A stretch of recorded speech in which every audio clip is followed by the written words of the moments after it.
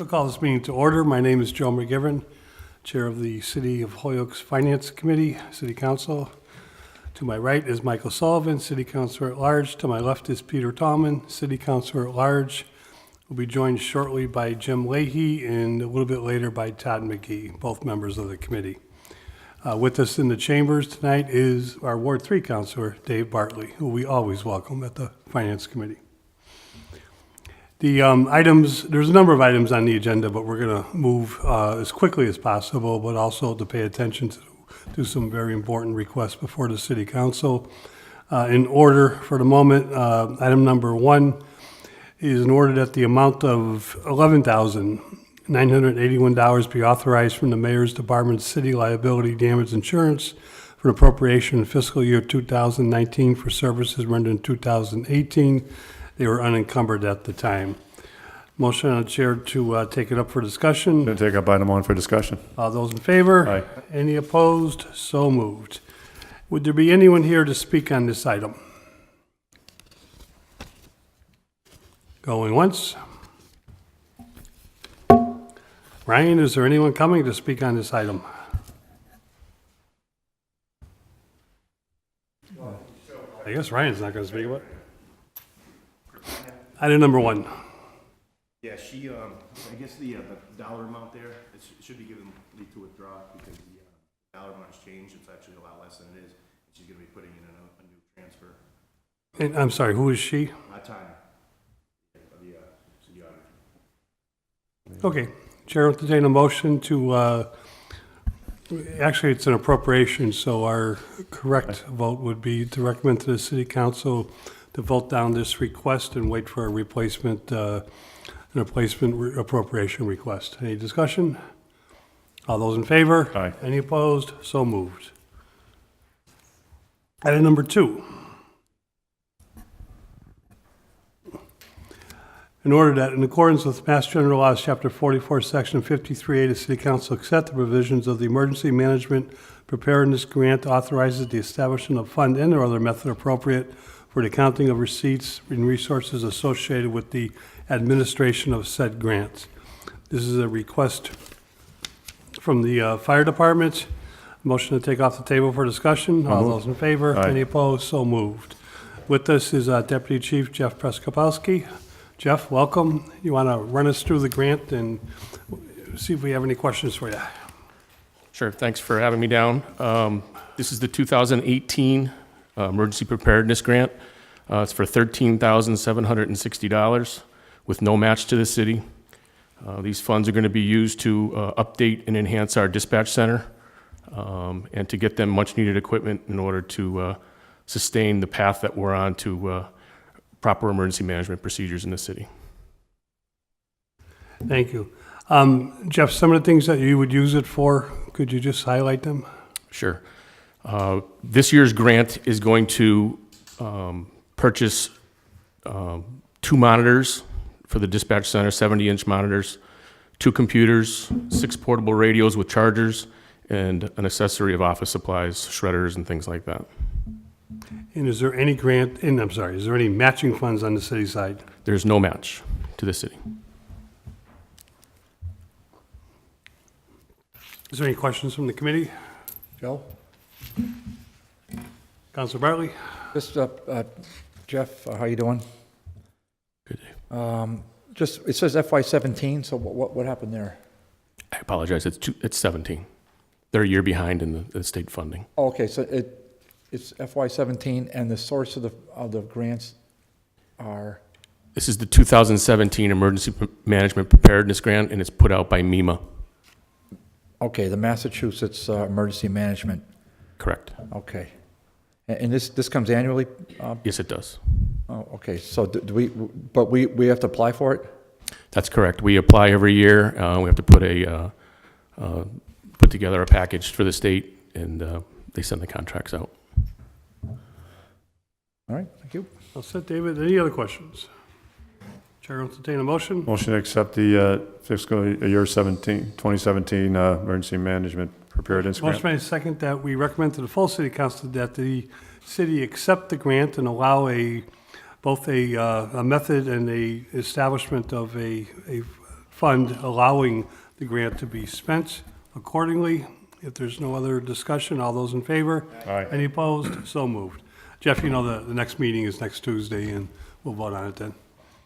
Thank you. Thank you.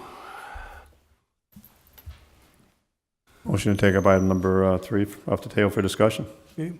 If we could do, there's a few grants together, but if we could do them together from the police department, we have Sergeant Hart here.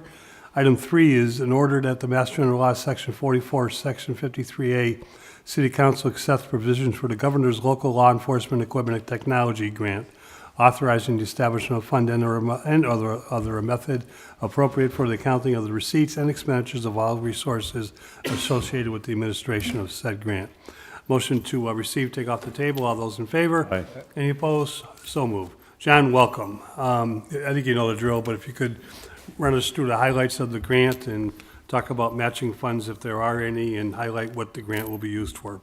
Right, so this grant is a burn grant through the Department of Justice. It's a state burn grant, so it goes directly to the state. So it's for $17,560, which is going to be the second half portion of our equipment purchase for tasers. The first one you approved here for $20,000, or I believe the 2018 burn local grant. So this is just the second half to cover the 30 tasers. That's what this grant's going to be paying for, and there's no match.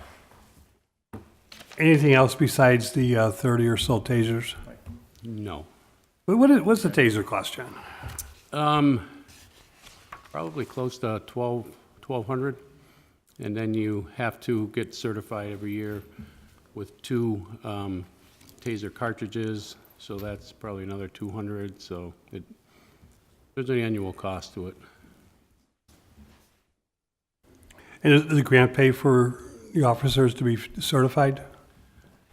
Or is it, I'm sorry, It doesn't pay for overtime, but it pays for all the equipment. The Just the taser equipment. itself, yep, just equipment. The taser, the cartridges, the battery.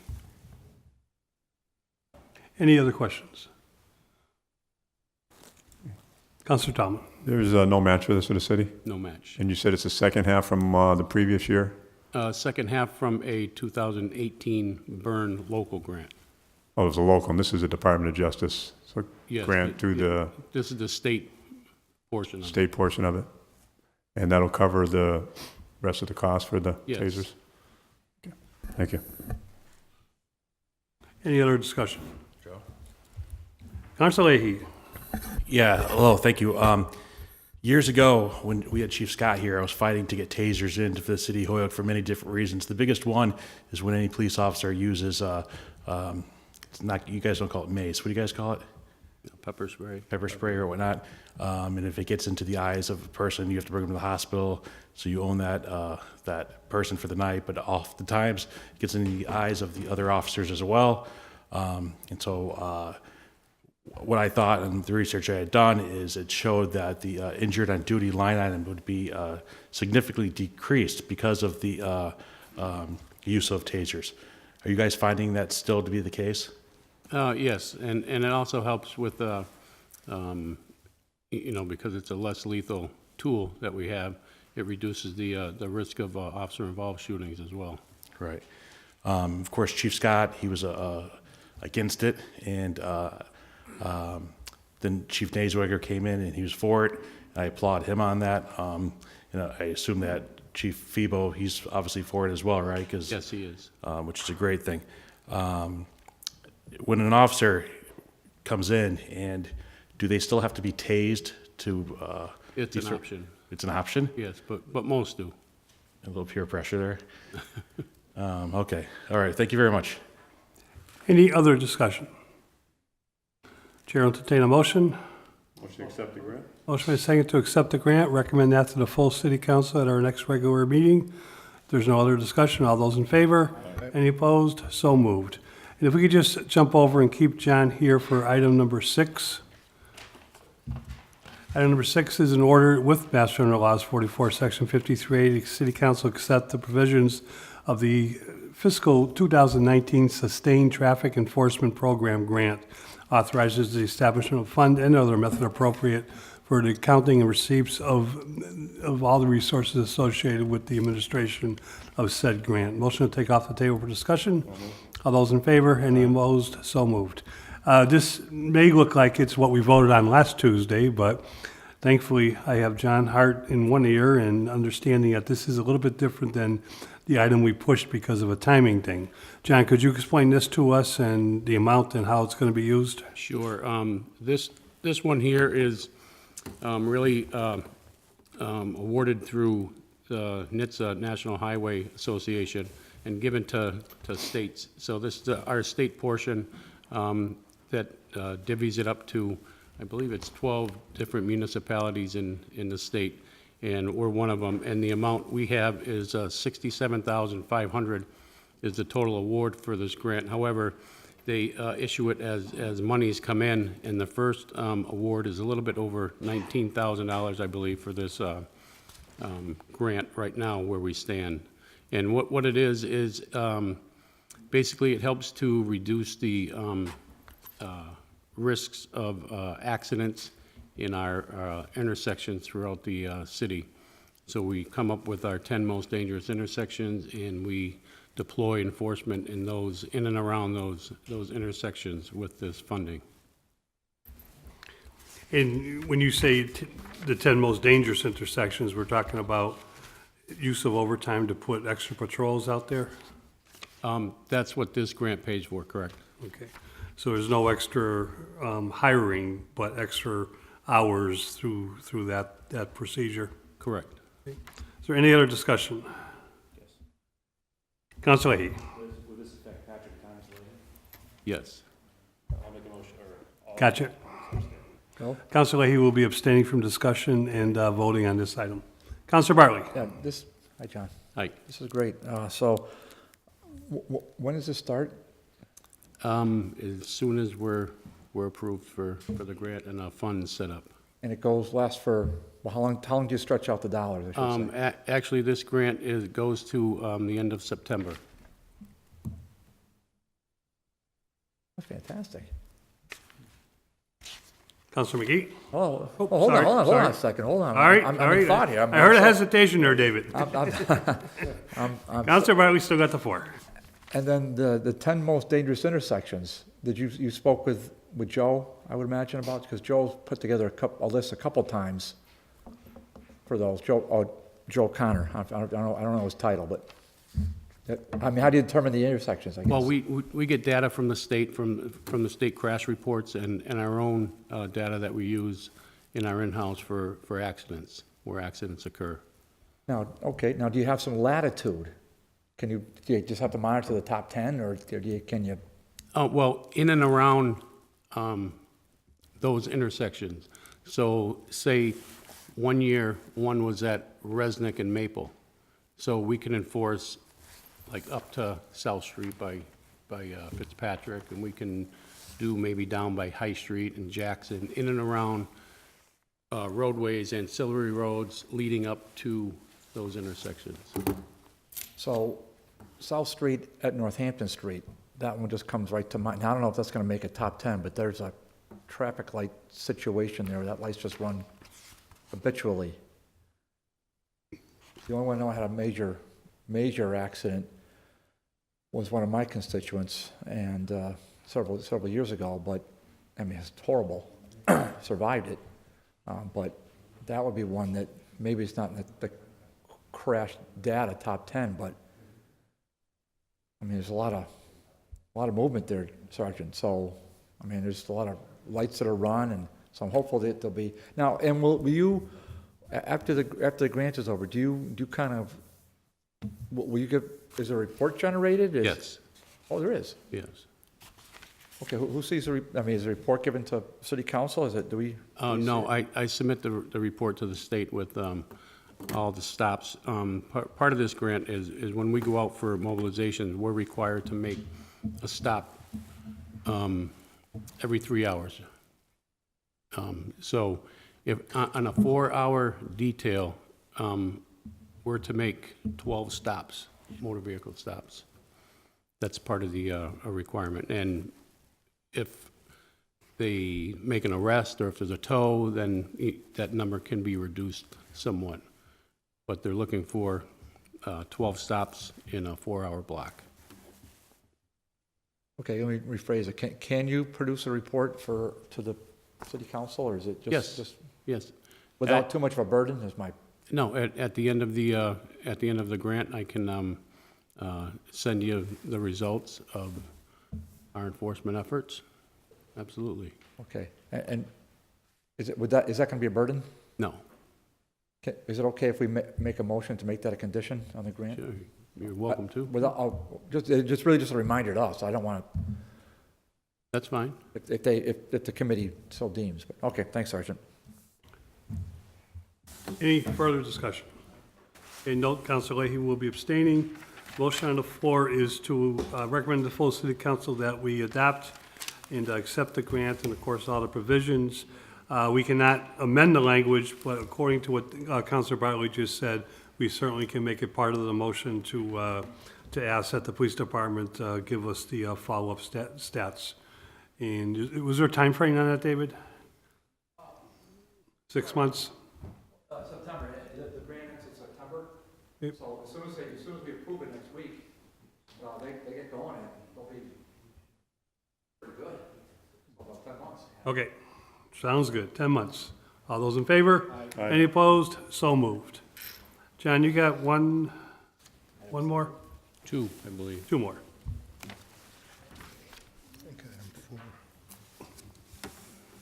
I think you skipped one. Item 4, my apologies, is, I thought that was the Parks Department, which will be 2 down the road. That's item 5. Item 4 is, again, Mass General Laws 44, Section 53A, the City Council accepts provisions of the fiscal year 18 strategies for police initiative grant, establishment of fund and/or a method appropriate for the accounting of expenditures and all resources with the said grant. Motion is received, take off the table for discussion. All those in favor? Any opposed? So moved. Sergeant Hart, if you could just run us through this, the amount, any Okay. match, and what you're going to use it for. Sure. First off, there is no match. Second, out of the $699,000, Hoyoke Police Department will probably be receiving around $200,000 of that. And this is a 3-year grant. And this is very similar to the one you approved with the comprehensive opioid program, where we're going to have a narcotics intervention officer assigned with a recovery coach from Behavioral Health Network, and also a mental health supervisor as well. And they're going to be paired up with our partners from UMass, a research scientist and a research evaluation person who's going to help with data for that. And we also have a mentoring group who's going to be also receiving funds for this. And this one is going to be a 3-year one. The one you approved prior was a 2-year one, and basically it's to help our opioid crisis we have here in the city, and try and do a lot of follow-ups and assign them. We'll be working with probation as well, and ROCA and other partners to get them help. And that's pretty much it. Like the previous one was a 2-year one. This one's a 3-year one. This one is going to be having our narcotics intervention officer assigned to the day shift. The other one is going to be for the 4 to 12 shift. So we have a kind of a wraparound services, and so there won't be too many gaps for follow-ups. John, my ears always perk up, I understand it, but you did say probation. I have no financial interest or no say over any financial interest in this, but I do have to note that I am a probation officer who works in Hoyoke District Court, and I believe when you're talking about working with probation, you're looking at people that, some individuals are referred through the courts, and judges who make the referrals do so and ask probation to follow up on it. Correct. That'd be correct, okay. Is there any other discussion? Counselor McGee? I think Jimmy was first. Counselor McGee? Thank you. The chair always recognizes the most handsome city councilor first. That's why I said Jimmy. Very kind person. Can you just explain how the grant fills the salary of the officer for the 3 years? Right, so we're going to have to take an officer that we have now and assign him to that position. All right, so how many officers do we have total? One. On the force, total? Total police force? We have 90 patrolmen, I believe, and 26 supervisors. So you're gonna take one of those 90, Correct. put him in here, and he's gonna be paid, or she's gonna be paid 3 years out of this grant? Correct. Are you then gonna fill that position? So in essence, we have 90, we're taking one out, we now have 89 officers, one's being paid for by a grant. Are we then gonna fill the 90th spot? That's up to the chief if he wants to do that. Do we have confirmation he's gonna do that or not? Because after 3 years, we have that person coming back to the 90th spot that potentially has now been filled. So how do we deal with that? Like I Because said, grant's gone. Like I said, that's the chief's decision on how he wants to kind of maneuver his troops around. That's kind of an answer I'm looking for. If I leave the position to go take on opioid, and I come back after 3 years, Mike's taking my spot. Now granted, maybe someone is retired by then, maybe not. Does that force the layoff of Mike?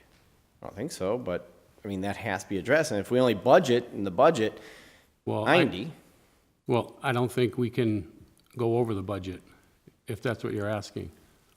technically we would be then, because we'd be at 91 based on my example.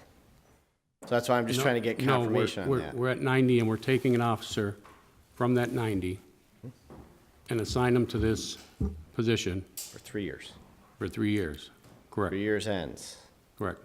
So he's automatically guaranteed to go back to the So 90th that spot. position that he came from is unfilled, but will be filled through overtime funds.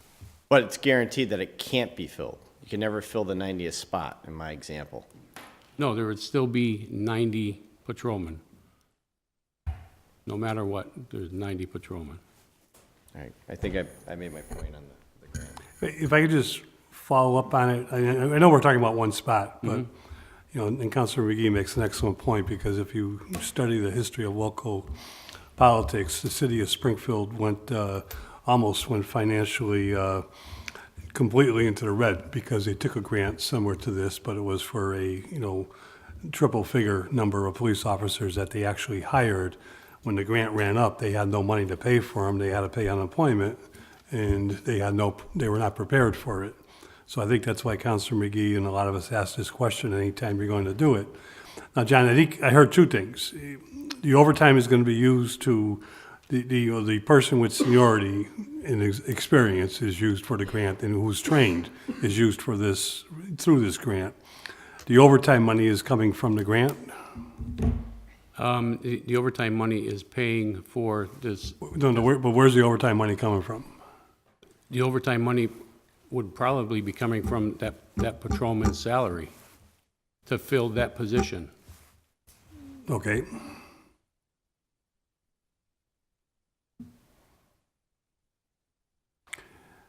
Any other questions?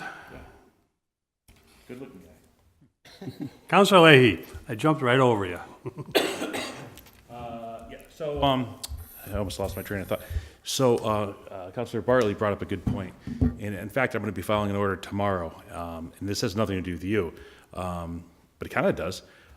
Anytime that I think we get a grant, I don't care if it's Sterihurst or if it's the police department, fire department, I would like to see the data afterwards. And I know that we always have to do our due diligence, and we have to reply back to the grantors, right?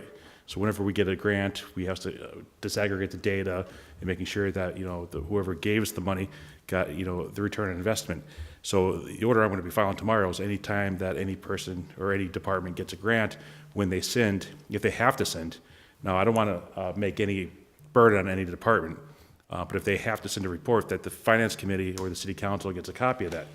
So maybe moving forward, we could just get a copy of that. So with this data, because that order hasn't been filed yet, do you have to do a report with this one? Yes, we do. Can you just send a copy to the city council?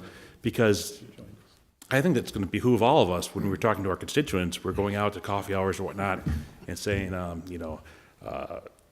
Sergeant Hart got X amount of dollars in and this is exactly what happened, and we can just go out and tell the residents of the fine city of Holyoke that, they're being, I don't want to say better served or better protected, but we have numbers to back us up.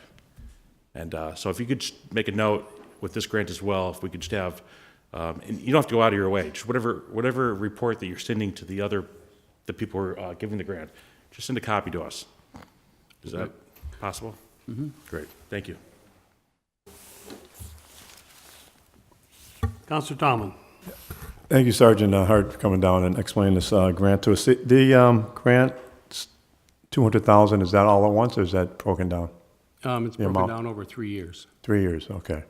And as soon as we accept it, it starts coming in right away? No, we're still waiting on budget approval through the Department of Justice. And once that is approved, we can, at the end of the 3 years, we can ask for an extension to make it officially 3 years, because right now, the grant started October 1st. And we can't charge from October 1st till the date when the budget gets approved through the Department of Justice. Second time that happened. Scared the heck out of me. So, yeah. So, no, it hasn't started yet, and the budget hasn't been approved yet, so we can't use those funds until that budget is approved. Okay, and you said it's broken up into different groups, agencies and stuff. It's not all just the police department, it's broken, Roker, different agencies, the recovery coach, mental health counselor.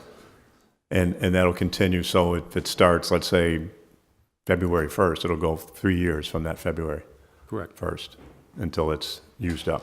yes. Okay. All right, thank you. John, you just mentioned a BHN. Was there any particular BHN or? just- Behavioral Health Network, there's going to be a recovery coach from them and a mental health supervisor. Okay, the lead agency is located in Springfield Yes. okay. Any other discussion? Chair will note Councilor Bacon has joined us. Chair noted that Councilor McGee and Councilor Leahy were going to be 2.5 minutes late apiece. Councilor McGee was 2.5 minutes late. Councilor Leahy was 3 minutes late. I think I was around 2. Yeah, it was, right around there. Chair will entertain a motion or further Make a discussion. motion to accept the grant, strategic policy initiative. We're not gonna get an answer to the filling of the spot. I'll reach out to the captain, but that's always my concern with these grants. I don't want to, I agree with Councilor McGee. I'm voting in favor, but not reluctancy, John, but we need to pay more attention to this, and we need the chief to understand that. So what's the question? Well, let's put the worst-case scenario right on the table. We got a pretty nasty reprimand from the Department of Revenue on deficit spending and free cash situation, and 2 years in a row now, we've been close to not having free cash or not having the availability of free cash. And I know I'm speaking for a number of people who are in this room. And it's coming to a time where we have to either cut back on the budget or, figure out a way how to come up with more revenue to pay for all services, not just the police department. So if you take a person who is ranked somewhere in 90, maybe, halfway up the ladder, halfway up the seniority list, and you put them in a 3-year position and someone else comes into the position, overtime is one way to do it, or if you bring in another person or something happens like that, and we face layoffs, and I'm not saying we are, but if we start facing layoffs, then, we have to start looking at, the seniority, and it becomes a mess bouncing people back to where they're supposed to be. Well, I think you're missing a point. We're budgeted for 90 patrolmen, So we're not We're gonna be talking add- about, we may have to cut 90 patrolmen. We may have to cut a piece of firefighter apparatus. We may have to take a DPW crew off the books. Now what do you do with the grants? It's still gonna be the same, no matter what you're budgeted for. If we had a grant for 90 patrolmen, for 90 crisis intervention officers to do this work, well, the city budgeted 90 patrolmen to patrol the city. So you're gonna need 90 patrolmen to patrol the city while the 90 are doing this other specialized service. If you don't do that specialized service, then you're just back to 90 patrolmen patrolling the city. So we're not gonna be going over and we're not gonna be adding patrolmen to the budget. I get that. It's the overtime dollars that we're talking about to keep it at 90, or if it's going to be 82, to keep it at 82. Well, You know, the amount of overtime dollars that was spent in the month of June last year, in the last 2 years, has been phenomenal. The last month of a fiscal year, 2 years in a row, overtime dollars were all but wiped out in the police department. And now we have no free cash for this year, and we're sitting here looking at, you know, we're halfway through the year, we're sitting here looking at how to balance and how to keep the budget going. And we're getting no help from the departments in returning money that is unneeded. I know you're not the chief, John, I know it's not your choice to do that, but right now you're the messenger, and that's the message. Well, I can recall a couple years ago, we gave back over $350,000. 3 years ago. And that was wonderful, and we had a good year right after that. We're not having a good year. Shut up, Joe. Any other discussion? On the motion that we accept the grant, which is a good grant, 3-year grant, and use it the best we can. All those in favor? Aye. Any opposed? So moved. John, one more? One more. Same Mass General Laws, Chapter 44, Section 53, the City Council hereby accepts the donation of 14 Glock 21 firearms, 12 ballistic vest grant, and will authorize the establishment of fund and or other method appropriate for the accounting of receipts and expenditures of all resources associated with the administration of said grant. Motion to take off the table for discussion. All those in favor? Aye. Any opposed? So moved. John, if you could just run us through this one, please. Okay, so this is not a grant, this is actually a donation by Thank you. Mike Antolfe, who is a close friend to one of the auxiliary officers. And he realized the cost that auxiliaries have to spend their own equipment, they have to purchase their own firearm, they have to purchase their own web belt and all these other things before they can even go on the street and work. And in some jobs, like doing road jobs where they get paid, but most of their time, they're volunteering, so it's a very heavy cost for them to purchase their own equipment and do the work they do. And a lot of the stuff we couldn't do without them, and we're glad we have them around, especially for big events like the St. Patrick's Day Parade. They fill in the gaps where we don't have the personnel, so they're very vital to our role here in the city. So with that, he's willing to make the donation for this next graduating class for the firearms as well as the ballistic vests, and to outfit them. So once they graduate from the academy, they'll be ready to go and available to work. And after a year, it's up to them to purchase their own firearm, and the ones that were issued will be re-inventoried and be held at the Holyoke Police Department for the next graduating class, and we continue to do that until these officers get on their feet and can afford their equipment. John, could you just run us through, I think our auxiliary police have always done a remarkable job, but more recently, we see them, at one time, none of them were in the line of duty, were wearing firearms, or were, I'm not even sure if they were at one time allowed to use firearms. I know, but I'd like to hear it from you, the training that they have to go through, and I think we understand, but the reasons for why we now allow our auxiliary police to wear firearms. and who makes sure that they go through the training and graduate appropriately? Right, so they have their own firearms instructor who is trained through the Massachusetts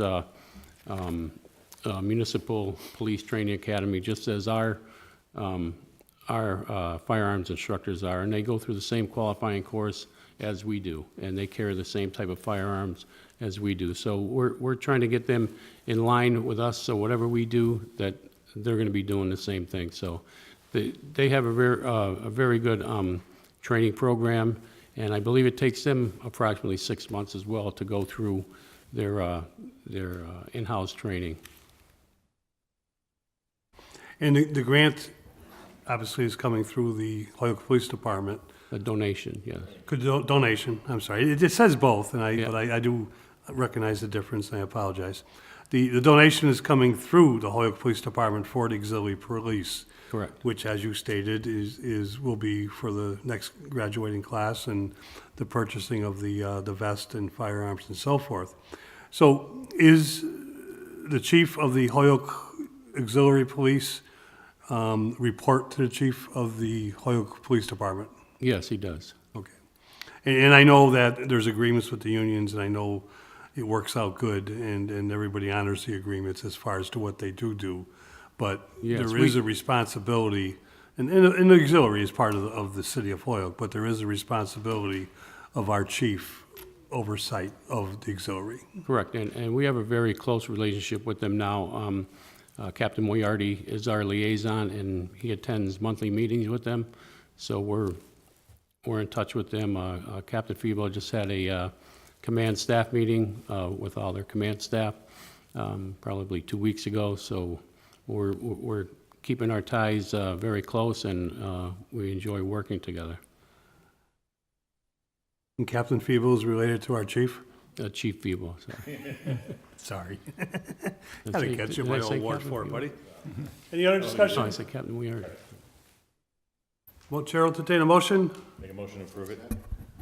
If there's no other discussion, all those in favor? Aye. Any opposed? So moved. John, thank you. What about the DP, Yeah, there's a Are you, tran- I'm sorry. there's a That's yours? transfer. number 8? Item 8. The motion is made second to take up item number 8, which is motor vehicle,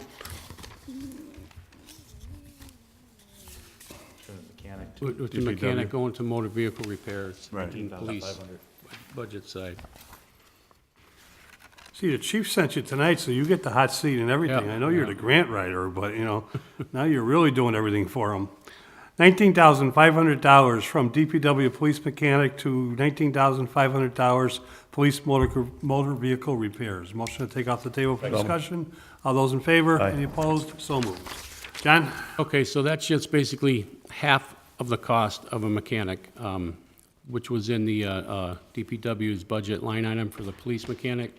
We've been through half the year, so we're going to transfer half those funds back into a motor vehicle repair budget line item, and the other half of the DPW mechanic line item will be filled. We just had interviews for a police mechanic, so that should be filled shortly. Is there any discussion on this? Good question. Counselor Tallman?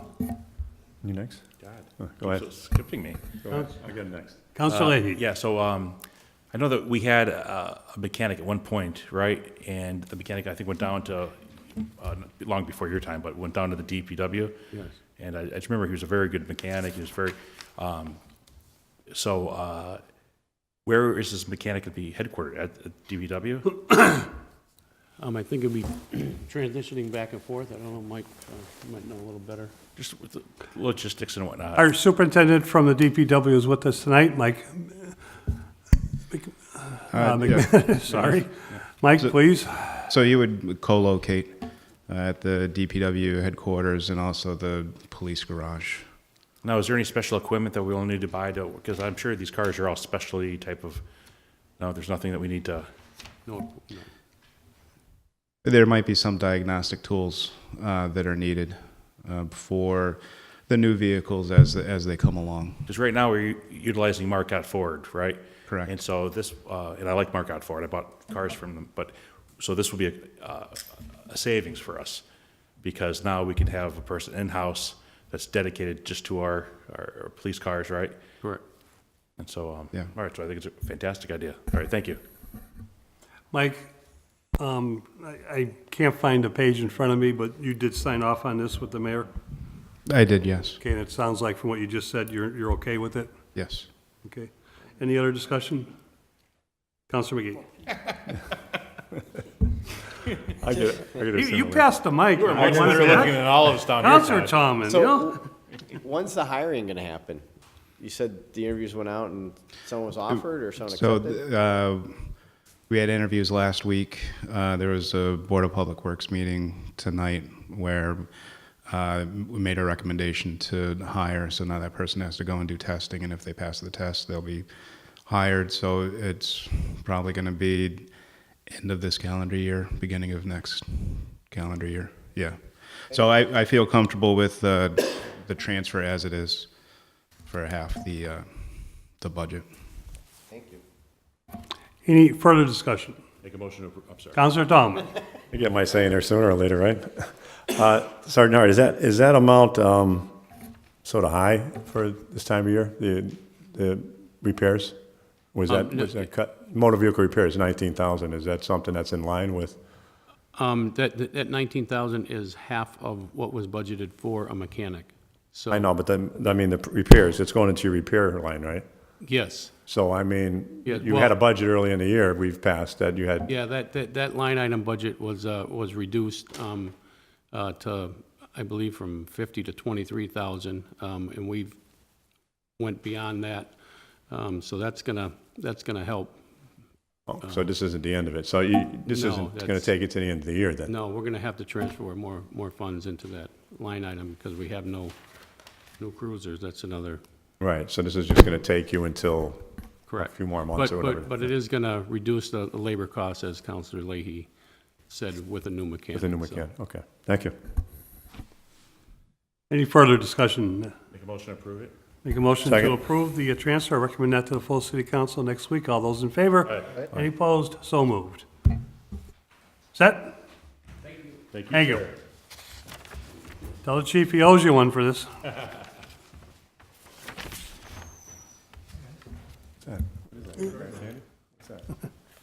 Sweet tooth. All right, what do we?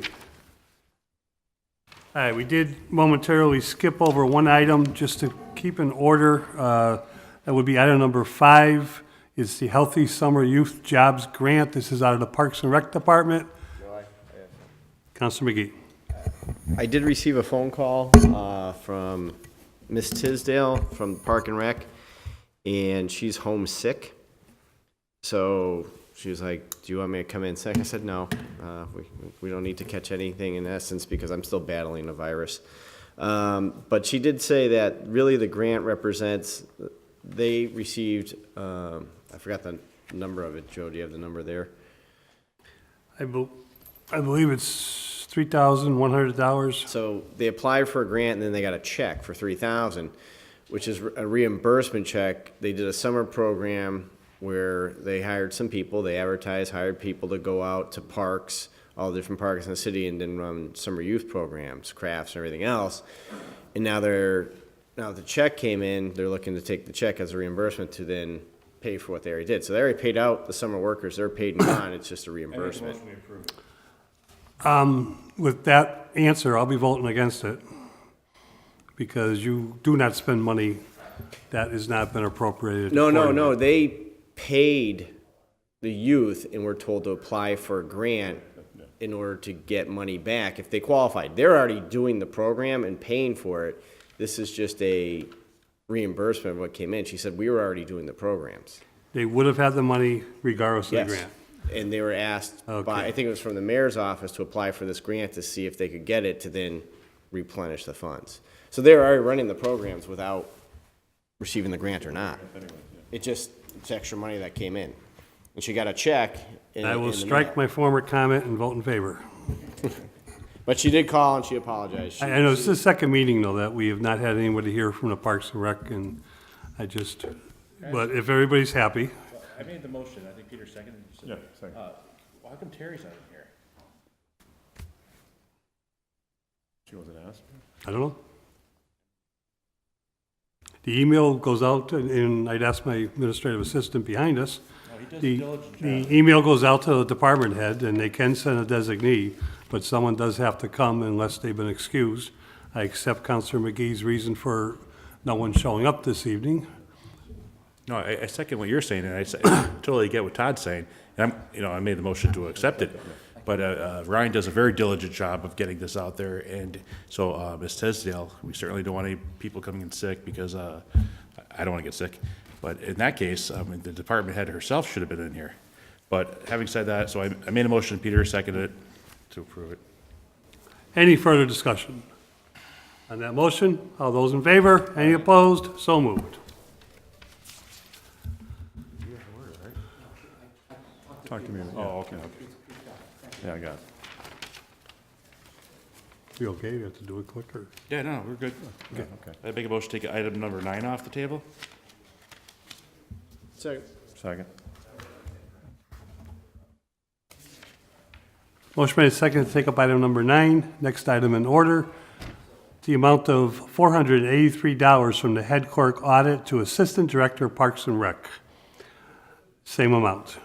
All those in favor? Any opposed? Under discussion, is there anybody here from the Parks and Rec or Auditing Department to explain this? Make a motion to table it. Like motion to table. All those in favor? Aye. Any opposed? So moved. Item number 10. Second. I believe there might be people here for item number 10. Damien?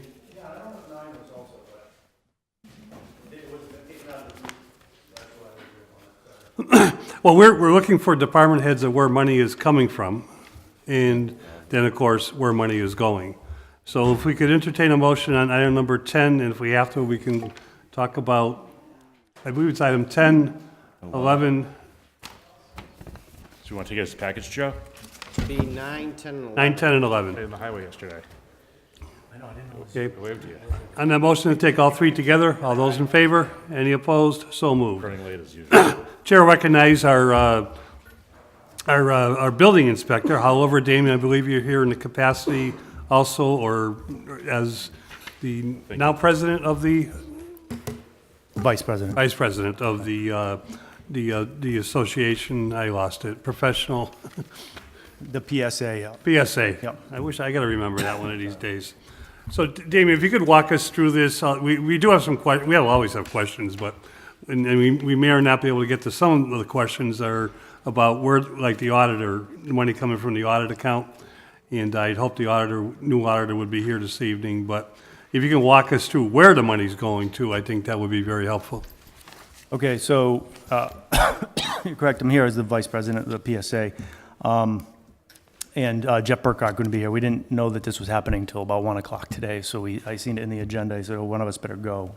In terms of the transfers and the money and where it's coming from, as far as I know, the city found funds, and that's coming from the auditor. That's about the length of what I know. The auditor had found the money that was a surplus and unused for the fiscal year to fund what is our 1% of this contract for a 3-year contract renewal. I know that the law department's here to represent if there's any questions maybe about the money better than I can, but I could just talk about the contract and then, where we got to this Is point. there any significant changes in the contract? If I could, through the chair. There's nothing, we have the cost of living adjustment for the year is 1%. I don't know if depends on who you are. I don't consider that significant, but I'd say that's pretty the minimal. And we added a week on, the PSA had a cap of, no matter how long you were here, we had 4 weeks vacation.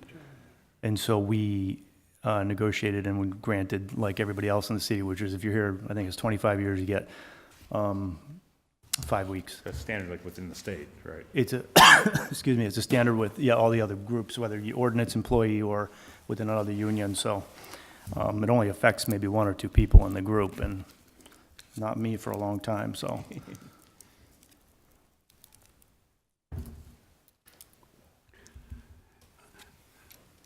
Damien, was there an MOU for this?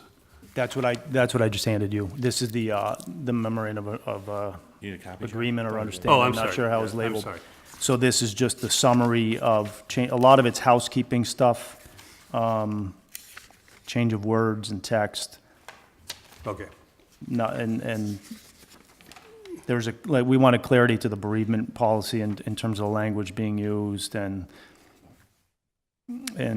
I think I covered the other items there. So the vacations got changed a little bit. The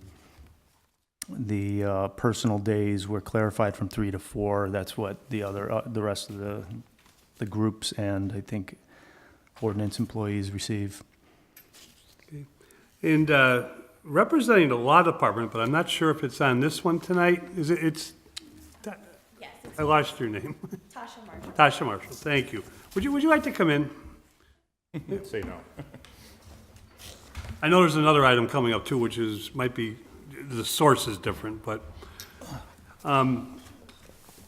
in understanding, we have a number of, new people in our law department or a changeover, and Tasha, I'm not saying you're new, but in understanding a couple things here.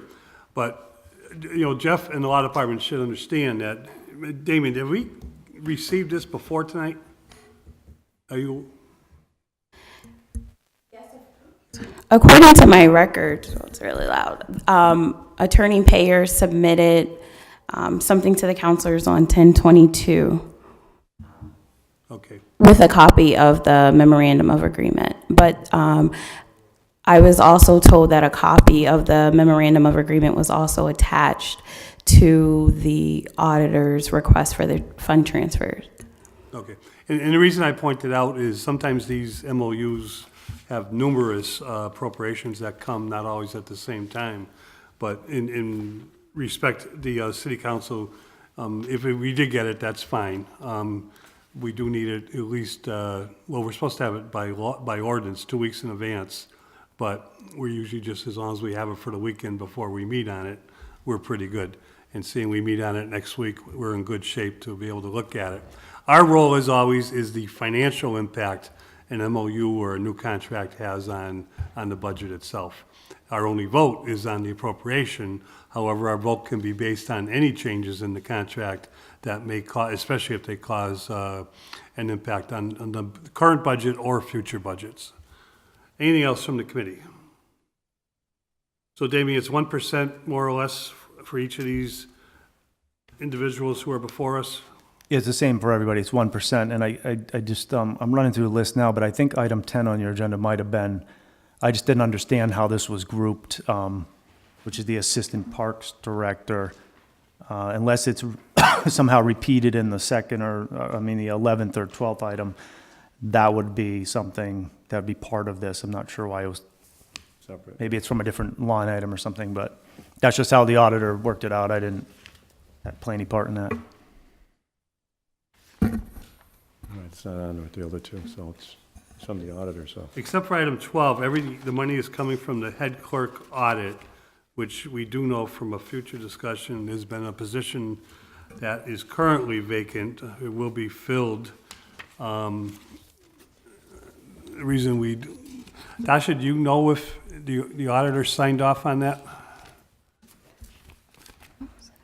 Signed off on filling the head clerk position? No, signed off on using the money for this purpose. Yes, the auditor did sign off on that.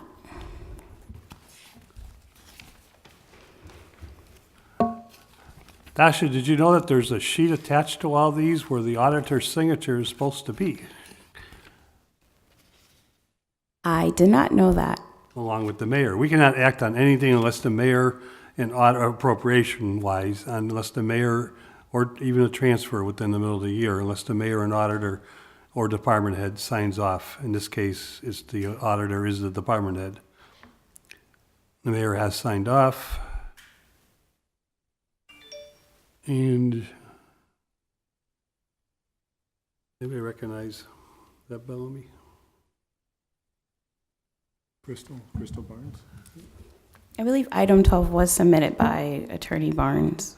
Might have been Okay, Crystal. she did sign off as department head, acting department head, whatever we're doing these days. But just to point out to the committee, Sure we can rectify it by next week. It looks like she signed off for the auditor, too. All right, that's one-on-one, being that we have a new auditor and stuff. One-on-one municipal finance that I'm sure we can catch up to everybody. But those signatures are important before we even receive this. Any other discussion on Counselor McGee, then Counselor Bacon? Was the auditor invited for tonight? She's supposed to be, yes. Because I have questions for the auditor on the allocation of funds, and are there other areas that we could look to fund the contract?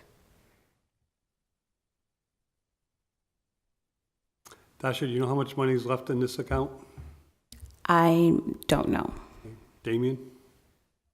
Yeah, I mean, I literally learned about this 5 hours ago, so I wasn't even aware this was on the agenda, so I happened to look at the schedule. So no, the answer is no, I don't. I think this was earmarked a while ago. It's a little bit of a time coming, but. That's correct. And the problem being, I understand the questions. We did something at our last meeting that we want to make sure that there's money available for the auditor to spend on a consultant for up-and-coming transition into the position itself. And this would be the ideal line item for it to come from, pending on when it's going to be filled and pending, what the balance is. And it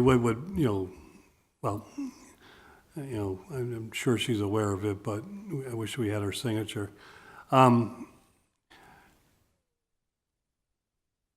Any other discussion? Counselor Tomlin? Yeah, I just want to state, she was here at our last meeting, I believe, and we had discussion that she said there would be some money coming from that department line item. Yes. The mayor was here too, I believe, and said that there would be some transfers coming. I didn't know it was going to be for these, increases, but as I said, she did say she was aware that the mayor was looking to take some money from her department. She was okay with that, but I don't know how much is in that line item. I guess there was one position open. She did make her point that although she plans to fill the position, she doesn't want to fill the position till she knows the experience of the individual she'll be looking for with the way she's going to run the department itself, which I think is a very professional approach to it, being our new auditor. In fairness, though, Councilor McGee's order that we passed last week was not part of that discussion to hire the consultant to work with her. And we also need to know where, I'm not sure if his time is up, but where the overlapping of Bellamy Smith's salary is coming from. I mean, is there a time crunch for this MOU and funding it? Or can it wait, or do we approve it pending answers from auditor? Fair question. I know Damien's answer, but what's the situation with payroll if this did pass next week? Well, honestly, if this passes today or in 6 months, the amounts are set on a specific, for July 1st. We worked on this for for over a year because we really tried to make sure we didn't go past our contract date.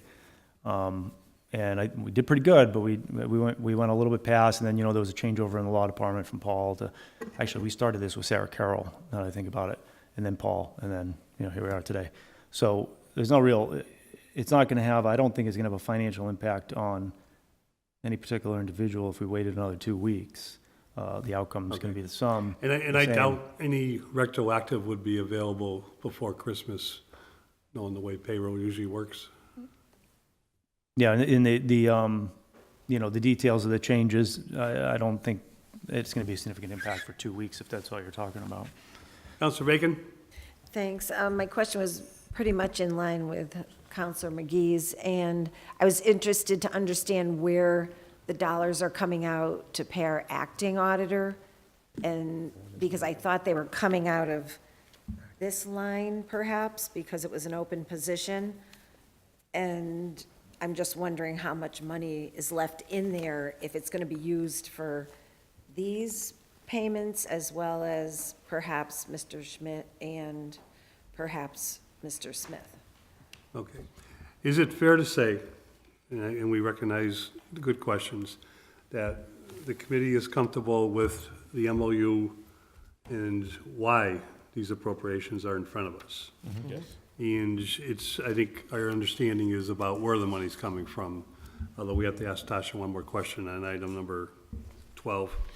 And we can't do that this evening without Tanya or someone else here. So we have two ways to do it.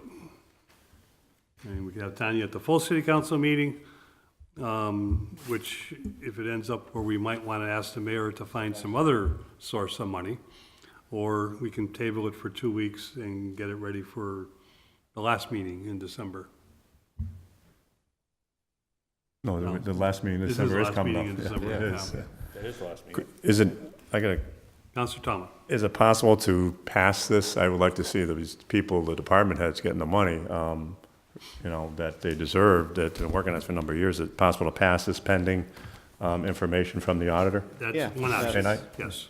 That's what I would like to do. Yes, if everybody's comfortable, I think is the way I should have stated that. So Yeah. if everybody's comfortable with that, we'll try and do that. Damien, could you contact the mayor too and note what the finance committee will be asking the auditor's department? And, you know, if the money's available for the consultant, which we really want to do, I believe.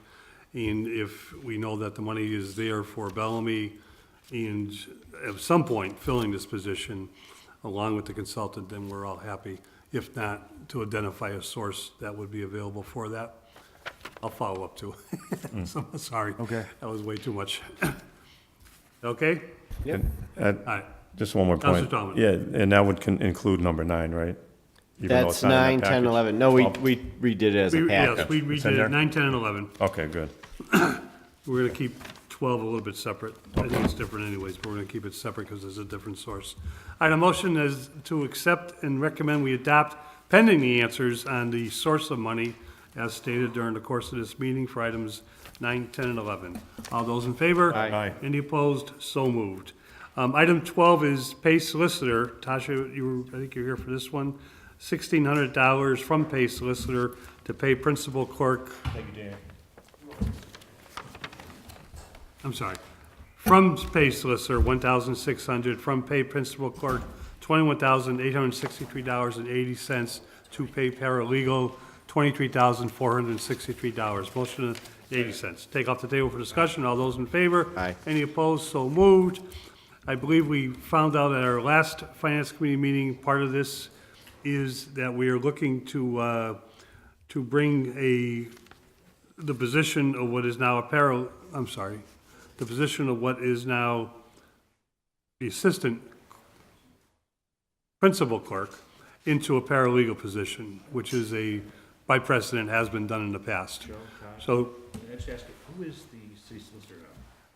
Peter and I. Is it Crystal? I don't know of anyone that is, Tasha, is anybody acting as city solicitor right now? Attorney Barnes is the acting city solicitor. She's the most senior attorney in our office. Okay. There's two forms of acting, not to get into semantics here, but the mayor has a designator of that and has to send that to us, which I'm sure the mayor knows. I'm sure he's getting around to it. But, and what, can you explain this to us? Crystal did give me an explanation, some of us an explanation, but nobody was here at our last meeting, so we thought it needs some more detailed questions, but can you just run us through what this is all about? Certainly. So our principal clerk has been employed by the city for a number of years. And during our transition right now, we have been leaning on her a lot more as the principal clerk, and we wanted to give her promotion to the position of paralegal. Prior to Attorney Payer leaving, he was being paid from the line item of Assistant City Solicitor. So himself, Attorney Urchel, and Attorney Barnes were paid from the line items of Assistant City Solicitor. I'm paid from the line item of Associate City Solicitor. Therefore, there was extra funds in the City Solicitor line item. So we're asking to use money from the City Solicitor line item to pay for a promotion for our principal clerk to become a paralegal. How long has she been here? I believe she's been employed with the city going on 5 years. Somewhere between 4 years and 5 years. And our acting city solicitor, just for the record, cannot be here this evening because, I'm unaware why she's not here this evening. well, because she asked you to come. Yes. And she will be here tomorrow night, and we know she spends a lot of time with us, because she's also assigned, or has been assigned to the city council for the city council's city solicitor. I'm sorry? Yes. Yeah, Tasha's joined us more than once, and we appreciate that. I'm going to be a devil's advocate because I think we may get questions next Tuesday. We might have some questions tonight, but I don't get why Paul was paid from one line item and not from the other line item, but I think there's an explanation for that. Are you familiar with that? Only for a period of time? I'm not too sure, but I think that it was because, actually, I'm not sure. Okay. Really? Well, at one point, he was an assistant, and then he Correct. took over after, it's quite a revolving door in that position now. I hope you're not thinking about it in the near future, because that door just seems to keep going around and around. I'm only kidding, Tasha. It'd be wonderful if you did it. I think, I don't know. I don't like thinking when I don't know. But there was a period of time when Paul Pear was an assistant and was paid, but it didn't seem, when he took over as city solicitor, that they switched it quickly enough, which causes a budget issue, not so much a salary issue. With that in mind, is there any other questions from the committee? What percentage of a raise is this? I don't think it's a raise. I think it's going from, well, no, but the position, there's a salary ordinance for paralegal. Would you happen to have that with you? No, I do not. I'm Okay. sorry. It's actually, it's a promotion in the sense that a principal clerk is being put into a position called paralegal, which is currently not filled. The historical answer or reason for that is the limited amount of money in the law department budget itself, and rarely are they. I get that, but so how much is she making and how much will she be making? Well, that's a good question. I don't call that a raise, but Tasha, do we know her current? Believe, actually. Actually, no, I'm not sure. So we don't have any numbers? I believe it's $1,600 for the fiscal year, but I'm not sure if she's currently at 21,000 a year. That doesn't sound right. Right, I believe that would be, thank you. I believe that would be for half of the year. 42 she's at now, she's going to 46 maybe? 46? 46. Yes, that sounds correct.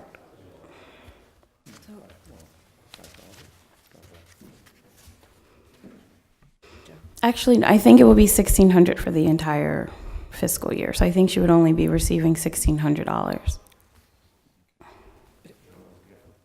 Counselor Bacon. Thank you. I was just, my question was around the level of a paralegal compared to a principal clerk. So if theoretically we were seeking to fill a paralegal position, would the person that we're promoting from a principal clerk into the paralegal position meet all the qualifications for that job? Yes, current principal clerk, she actually started with us while she was in law school, and she does have her Juris Doctor degree. She currently helps us in the office with research and writing. She also handles a lot of our tort claims, so she's actually doing a lot of overwork right now as the principal clerk. So she's kind of acting like a paralegal right now. The level of her work is already exceeding that of a clerk. Absolutely. Okay, thank you. Yes. So, Thank you, Counselor Bacon, because that's the point I was missing, and I knew that.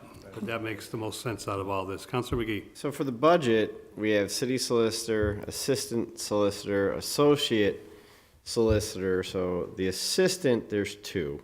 Solicitor 1. Associate 1. And then principal clerk 1 at 31,581. There's nothing listed for paralegal.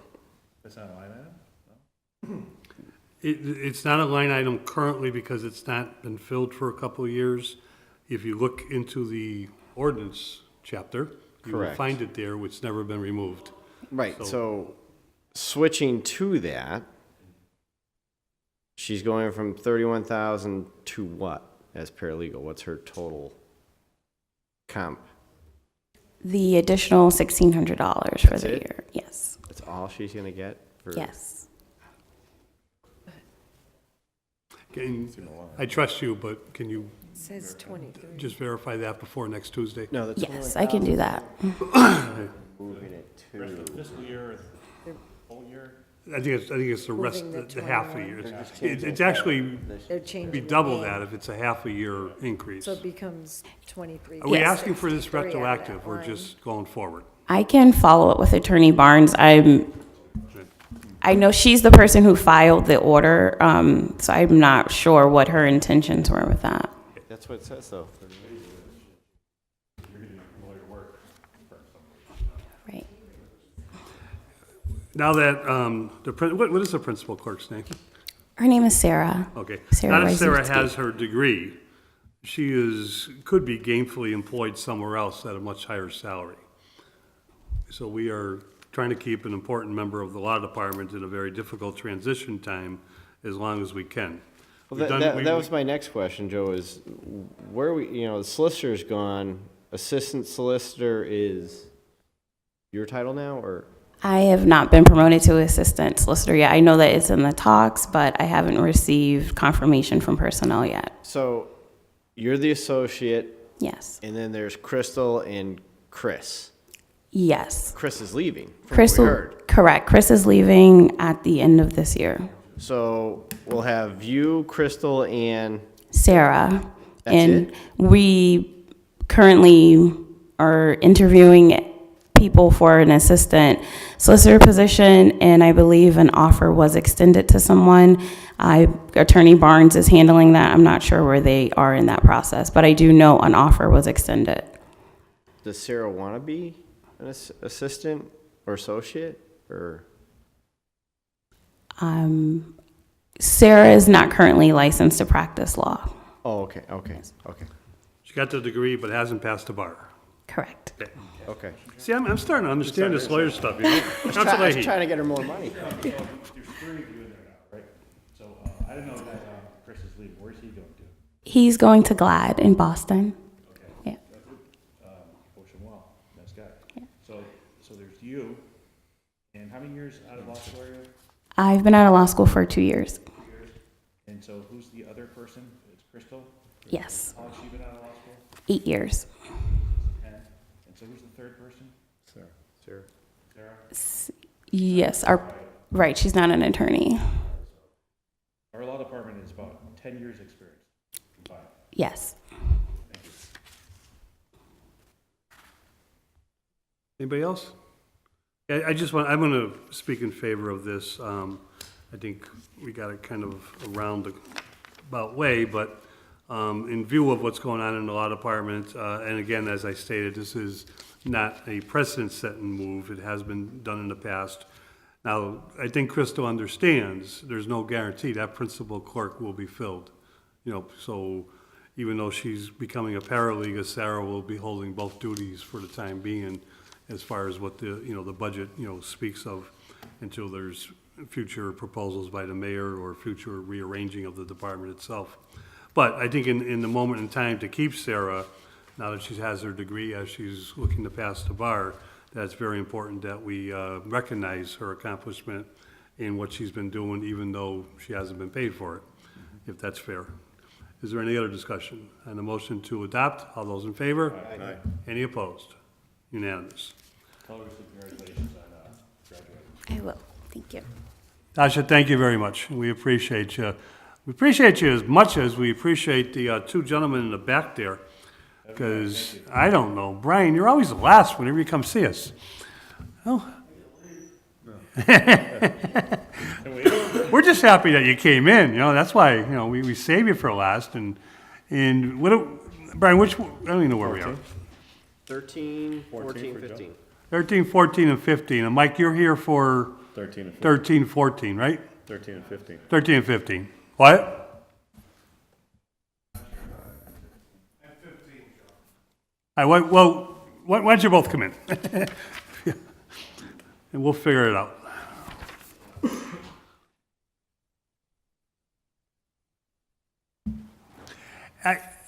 I don't think, you know, with the experience between our superintendent of DPW and our Board of Health Director, I think you understand that last conversation we were having when these inter-category or inter-department or department to another department transfers happen in the course of a year. You as department heads have to, you know, have the option of saying no. You know, I don't know if you want to say no to the mayor that often, but you do have the option to say no. And when you sign off, you're signing off on the understanding of the money is coming out of surplus somewhere in your budget or for whatever reason. And you could be or may not be agreeing where it's going, but you are recognizing it's coming out of your budget. And I think, you know, Todd was making a point earlier, and he made a point last week that, you know, that's important because, you know, we talk about people managing budgets and getting through the whole year, transferring money, you know, in December, and then coming to us in May and saying, I need money for this because we transferred in December, doesn't always work. Sometimes it does, Mike, but not always. Anyways, I apologize if I'm telling you something you already know. All right. Brian, did you want to start, or Mike, do you want to start? So 13, we want to spend the rules, take up, or not spend, but take up. Second. Or, who are you taking up first, Joe? 13, 13, okay. DPW Superintendent send a communication to City Council and approve the order, support the procurement of 10 additional temporary speed humps, and please send the communication by the first full City Council meeting in December. Mike is always timely. Mike, where are we? With motion to take off the table, all those in favor, any opposed, so moved. Michael? So we don't have a communication written, and I think we already missed the first city council meeting in December on this order. Looking at the order, procuring 10 additional temporary speed humps. The speed humps that we have cost $6,000 each. We have 2 sets. They're, you know, recycled rubber tires. And I talked with the manufacturer, the cost of these temporary speed humps hasn't changed in the 8 years since we bought the first 2 sets. So we're looking at $6,000 per set of temporary speed humps. So to buy another 10 sets, it would cost us $60,000. Along with the speed humps, we do traffic studies, and we have one traffic counting box at DPW that we set up to measure, count the number of cars and the speed of the cars as they go through the speed humps. We would look to buy another 2 of those if we were to get into deploying these, doing 10 different traffic studies throughout the city with speed humps. So that would be another $10,000 that we would need in equipment costs for the traffic recorders. I didn't plan for this in my current budget. I did talk with the mayor about it, and we'd like to look at, you know, towards the end of the fiscal year, if there's anything left within our existing budgets to try to purchase some additional speed humps. There is a need for more speed humps. I agree with Councilor Bartley. You know, we're looking at Bemis and what we're proposing on Bemis. And the layout of Bemis kind of, it indicates that we would need about 8 speed humps along the entire corridor to get the traffic calming that we want to see. The previous studies, we set up 1 temporary speed hump, and you know, that doesn't really do justice to a full-fledged traffic study. So we would purchase some more of these speed humps, put them in, see if it actually does work. And since these are temporary speed humps, they can't be left in the winter. We'd always have to take them out. The permanent solution is either an asphalt or concrete speed humps.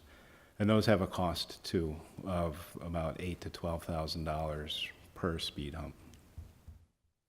Mike, I think we all know and understood what you said about the traffic counter. The way the ordinance is currently written, when the city council votes to put in temporary speed humps, it, by language, says a traffic study needs to take place. It's kind of difficult when there's so many requests and there's only one actual traffic counter, but I know you guys move it around pretty good, but is that accurate? Correct. Okay, so everybody here is at home understands that. Any discussion by the committee? Councilor Tomlin. Yeah, Councilor Bartley left earlier tonight. He wanted me to ask you a couple of things, and I understand the thing with the funding. Where are the two current speed humps, the temporary ones, right now? They've been removed and they're in storage right now at DPW. Okay, and So the temporary speed humps, they're not plowable. And they're also prone to trapping water underneath that could have ice heaving. right, implications. and does it seem like a good possibility to possibly get? I mean, 10 is quite a bit with the cost. Maybe some of those next year. Right. It's not in your current budget, you said, but is there a possible way to find some funds to get additional funding for any of additional speed? Yeah, temporary? I do. I think so. And I wouldn't want to say use free cash, but there's always opportunities of trying to purchase things. Yeah, because it seems like there's a lot of areas in the city that could use, traffic study and temporary. I know we used the one up at Bemis and it worked out pretty well, but it's hard to judge on that long street, just put one speed hump out there.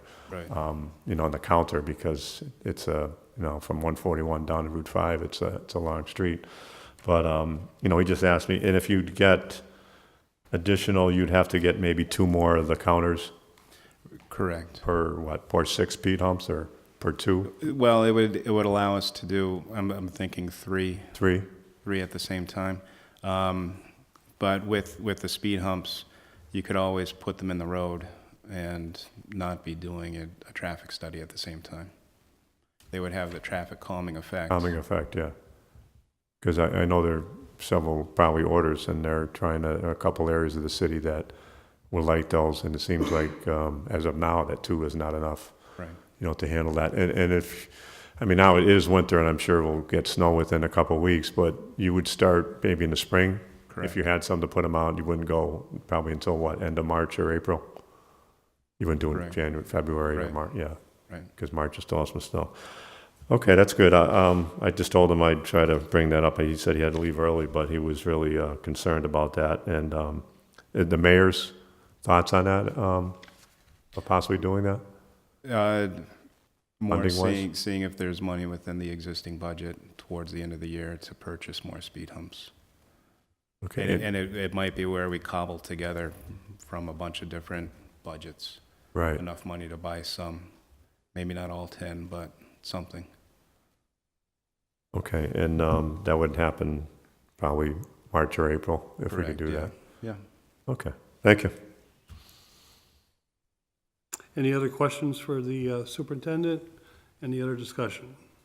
I can make a motion as, Motion Yeah, to comply comply with, with, and we strongly we'll keep in encourage touch. follow-up, Mike, if you could, as far as that goes, and we appreciate it. All those in favor? Aye. Any opposed? So moved. I just asked him quickly. So I got here, I took some of your time in the weekend and I apologize, but, I we're still all- haven't gotten back to you. No, so I know I have probably a constituent at home that's watching this tonight, and you'd said that we were able to cut the trees in front of her house, and I'm sure this constituent's watching. When will we be able to cut this constituent's trees? It would be next calendar year, not next fiscal year. But we had Asplund in town. We had them in for a period of time. They did a lot of work in the city, but now they're out of town. It's just the fact that they're dead, they're falling, and we have been notified now, so I think liability-wise, we might be in the hook if, God forbid, somebody gets hurt. because we all know about it. So that's all I have to say. All right, thank you. Brian, I believe you were here for 14. 14. 14. I hope. You're here for 15, you're going to have to talk about $13 million. You ready? I've got 20 questions. Anyways, I'll read the order, we'll worry about the item number. The order is $3,541.20 be authorized from the Board of Health Department's advertising for fiscal year 2019 for services rendered in fiscal year 2018 that were unencumbered at the end of the fiscal year. Take off the table for discussion. Second. All those in favor? Aye. Any opposed? So moved. Brian, could you run us through this? It wasn't paid in the spring of 2018. I just crossed my desk just a few weeks ago, and I didn't realize it wasn't paid. It was a legal advertisement for, It was advertisements for, it was an addendum to the tobacco regulations in 2018. and that's something that the commission has to do, or? It's a Board of Health regulation, So yeah. you're advertising the addendum to regulation, We have to advertise in the paper when there's a change. and did they have to have a public hearing on that? We did. Okay, so it sounds like it was a very legit purpose, even though it's being paid this year. That's okay. Any discussion? Okay. That'd be paid, right? Brian, I'd apologize for this being item number 14, but I didn't put this agenda together, so you should have been item number 1. But we enjoy your company. Motion on the floor to adopt and approve the city council.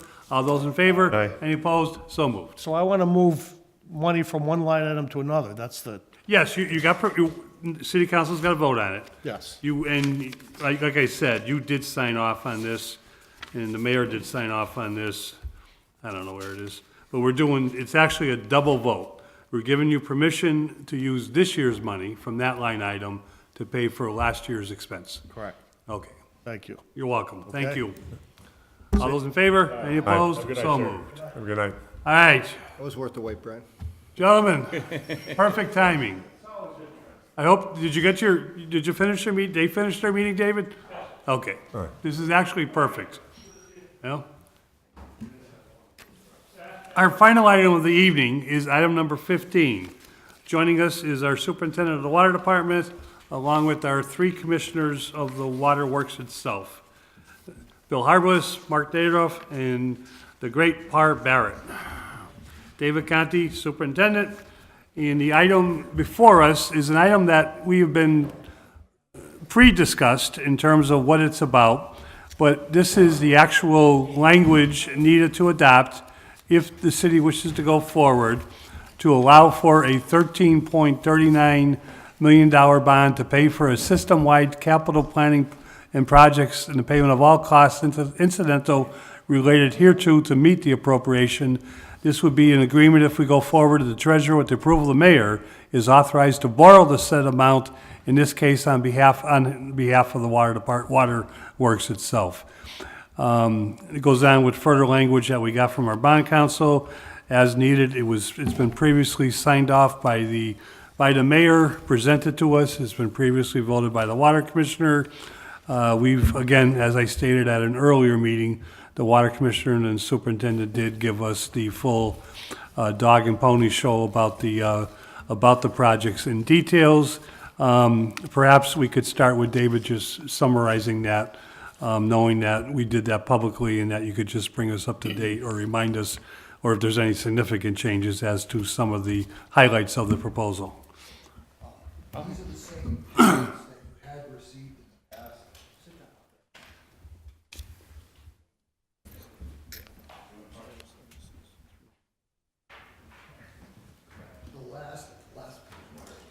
The last page is updated to reflect just the priority projects.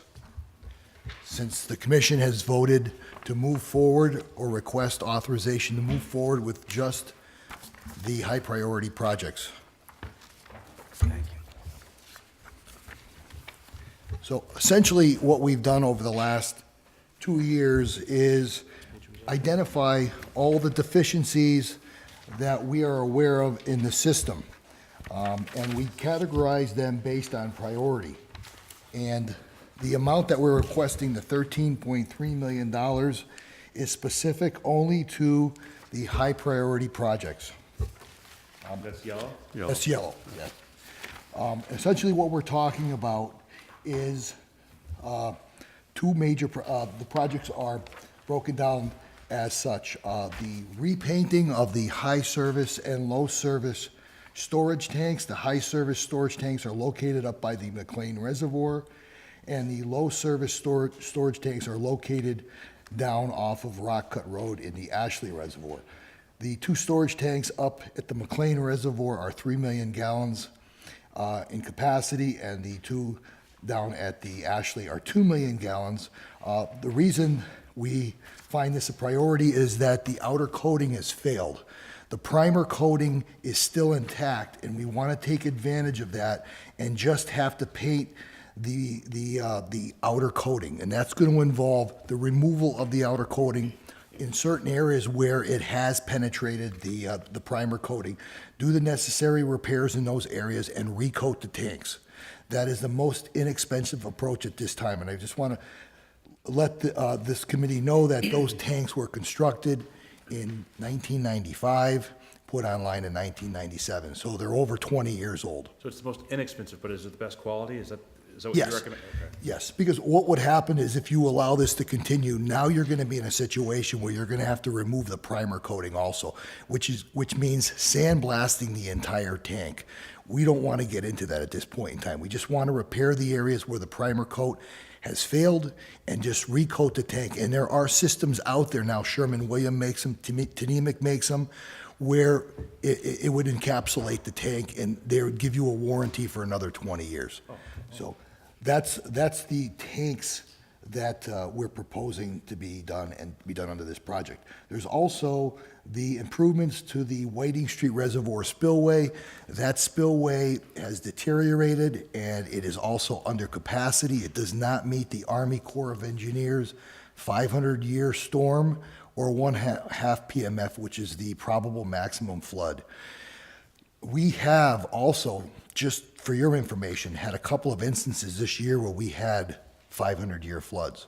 So what we do, because of the limitation in the capacity of the spillways, we draw that reservoir down a minimum of 2 feet on a regular basis.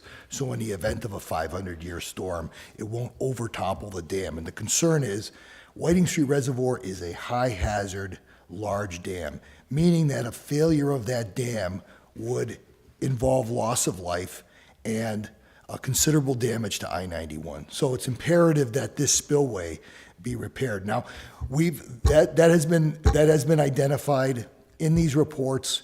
I've been bringing it to the attention of the board, and now that these major bonds have been paid off, they want to take a hard look at getting this taken care of and addressed before we're forced to do it by the DEM, who we submit the reports to. That's the Office of Dam Safety, Department of Environmental Management. So that is a high priority. That project is a little over $2 million. There's also improvements that need to take place at the McLean Reservoir Gatehouse. We found that the gatehouse, which is the backup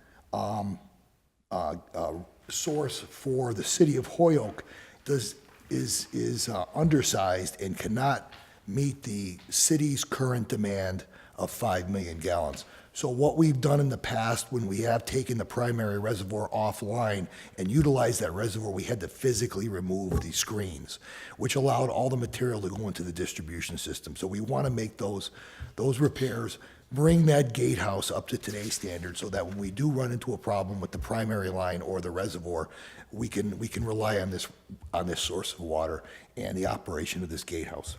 And that was estimated at $330,000. There's also, David, just real quick on that one. Is the reason it's undersized is that when it was the primary source of water, was it because Whiting Street was open and the amount of water that came through McLean, Ashley, which came from Southampton, was not as much as would be needed now for the entire system? well, before we built the 42-inch pipeline, Yeah. the McLean Reservoir used to service the entire high service system, which had a demand of about 3 million gallons a day. And then we had the low service system, which was fed from the Ashley Reservoir, which was about 3 million gallons a day. And then we had the Whiting Street Reservoir that fed the West Heights, which is Homestead Avenue, Jarvis Avenue area, the Highlands, and that also fed, I'm just trying to think, portions of the Log Cabin, Bemis Road. Those two reservoirs were augmented by the Ty-Carmody Reservoir via two 20-inch pipelines. Those pipelines could only bring in a couple of million gallons a day. So that's why we relied on the McLean Reservoir and the Ashley Reservoir. Under the new scenario now, all the water comes in from the 42-inch pipeline. But when the 42-inch pipeline goes down, we have to rely on the impound of the McLean Reservoir, meaning the full demand of the city flows through that gatehouse.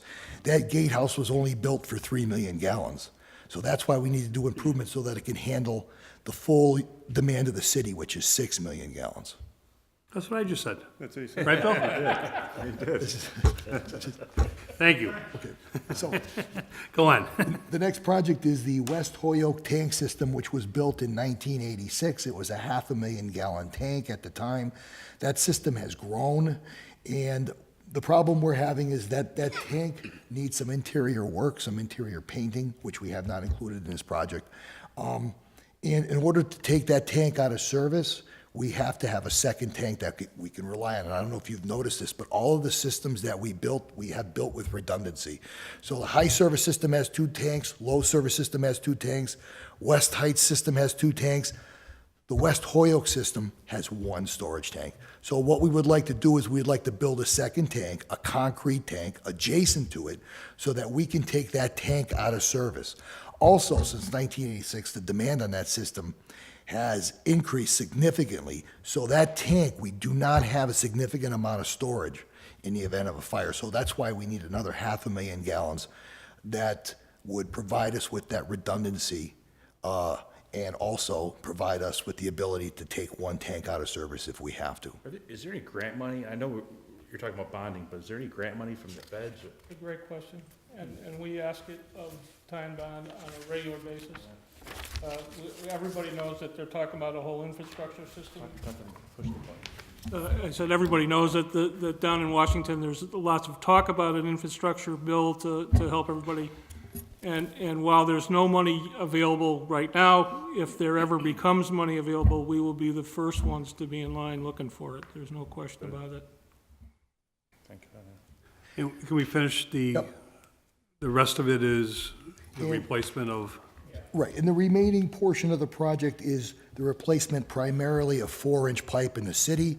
We're talking about replacing 16,400 feet of pipe, or roughly a little over 3.2 miles of pipe. And we've identified these as the areas that have water quality issues and fire protection issues. So we want to concentrate on the 4-inch pipes. There's a couple of areas where we have gone with a larger pipe that's necessary. We have done some transmission main improvements, and that project was identified. We have, essentially, you have water coming from the 30-inch, comes down to the 20, feeds the 16-inch, goes all the way down till it reaches Elm Street, and then it goes down to a 6, then goes back up to a 16, goes down Resnick Boulevard and ties into the 16 on Beach Street. We need to replace that segment so we have that full transmission main intact. That's going to reinforce all the water around the hospital and that high service area. So that's a critical project that we've been picking at, and I'd like to do that under this project. So that's the only one that is not part of replacing 4-inch main, but we feel it's imperative for that area. But we're concentrating on the 4-inch mains, and what we don't do under this project for 4-inch, we will be tackling with our own crews and trying to replace those pipes as we do currently every year. So that's, 8-inch mains? I'm sorry? You keep saying 4-inch mains. Number 4, to That's what we're going to replace is the 4-inch and put in 8s. 8s, right. I just want everybody to be clear on that. Right. There is one section on Portland Street where we want to replace a section of 6 up to Winchester, and that would reinforce the 10-inch loop around the hospital, and we're hoping that that will also address some of the problems that we're having on Portland Street. So that's in this project also, and that was one of the orders that was filed by the city council Any questions on the projects? Council Leahy? So what are the, so you're just hearing issues from Portland Street area? Was it the pressure is low or? Well, you've got Portland Street being fed by a 6-inch pipe off of the 16 on Beach Street. And what we'd like to do is we'd like to bring a 10 or a 12, I think we're proposing a 12 here, up to Winchester Street and then tie it into the existing 6, and hopefully that will reinforce that area. There was another phase of the project we considered under medium priority, and that would be the full replacement of that 6-inch line. But we're not doing that under this particular area because we have other areas that have more supply and capacity issues than Portland Street. But we believe that this would be the first step in trying to address that problem. Which is a good idea. So what's the next step? So you guys are in here tonight, and so what do we present to the full city council Tuesday night that we are, is the mayor, do we have the bond information? So, We do. That's actually, that's what we're acting on tonight, is, so it's fast we, moving. we have, as signed off by the mayor, and David, I was gonna ask you a question, and Jimmy. No, go ahead. No, it's actually the same question, but just a little bit different. Have you met with bond counsel, the treasurer, and the mayor? No, I have not. We've met with the mayor. Okay, well, the mayor signed off. I hope someone met with the mayor. Oh, we met with the mayor, but Well, not, I think you were at that meeting. No, I understand, yes, I was. Counselor Sullivan and I both were. But what I'm talking about is not, the meeting was just what happened here with the figures and, you know, I think just to point out, you just talked about the 4-inch, the 8-inch, and the also the other one, the 10-inch, but you have highlighted, if I remember correctly, the yellow is the high priorities of replacement. Then you have, if you got money, the next is blue, then green, and then whatever is needed. Bonding is what we're talking about this evening, so that's not only, I think most of us understand the need for the project. It's been presented well on 2 occasions, including your own public meeting with the mayor. And now the question is, how do we pay for it? So the language before us is standard language. The reason I ask if you met with bond counsel, or at least you know the treasurer met with bond counsel, is because standard language is not so standard because we're dealing with the water department, the waterworks, which is part of the city. I always like to say that, Bill, because sometimes they forget that, you know. Not an enterprise fund, unlike another certain department, but it is part of the city. But you need approval of the city to do the bonding through us, which is understandable. And I just, not questions, but I just want to make sure we're all on the same page that, you know, we have to have the correct language. We cannot amend the language. We can only do it, what is presented to us by the mayor through you folks, and the treasurer is part of the scheme. The treasurer and the mayor and the auditor will all tell you the most important part of the scheme is making sure it passed muster test with bond counsel. So that's why I asked that question. But yes, Councilor Leahy's question is, our next step is, if we, to go forward, we would have to give approval for the $13.39 million bond and allow that to take place. And that would be paid for by the users of the waterworks through a rate. So where do we go next? David, last page.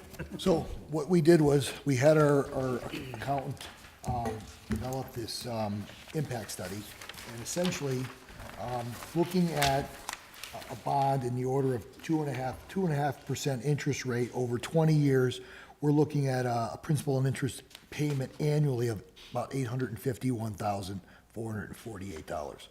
Okay, that would require an 8-cent increase in the current water rates. So the water rates would go over the course of the project from 47 cents per 100 gallons to 55 cents, or a 17% increase. Now, just to explain what would happen here, if this project is approved by this committee and then the full board, the board would then enter into contracts with the consulting engineer based on the various projects. We'd have to look at the time of the year.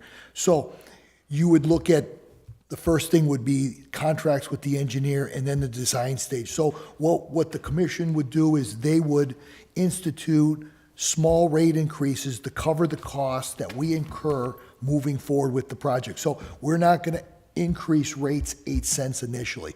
What we would propose, and I've just given you just a basis, if this moves on an accelerated schedule, you're possibly looking at a rate increase maybe July 1st of 2019. How much of the order? It would all be based on the schedule that's put together by the consulting engineer and the amount of money that's dispersed over that schedule. So this project, you're looking at 3 to 4 years. Oh, really? Okay. Oh, this is 3 to 4 years. So the consumer is not going to realize an 8-cent increase initially. Good. But at the end of 3 to 4 years, you will see that full 17% increase. So on an average, if the project moves forward initially, you're looking at a 5.66 increase per year in the current water rates over the next 3 years. You have low water rates to begin with, right? Our rates are probably one of the lowest in Western Mass. Very low. I think And it's the best quality water, I think. and we have been doing a lot of improvements to the system too. So that's what the whole purpose behind this is, to try to minimize the impact to the consumers, spread the cost over a period of years, and undertake these projects that we feel are a high priority to the system. So And Dan, that- I'm sorry, if I could just continue. So have you thought about, since, I mean, it's kind of a low increase, have you thought about going more into the blue? Well, that's what I was going to say. In the event there is money left over, because this $13.39 million includes engineering and contingency.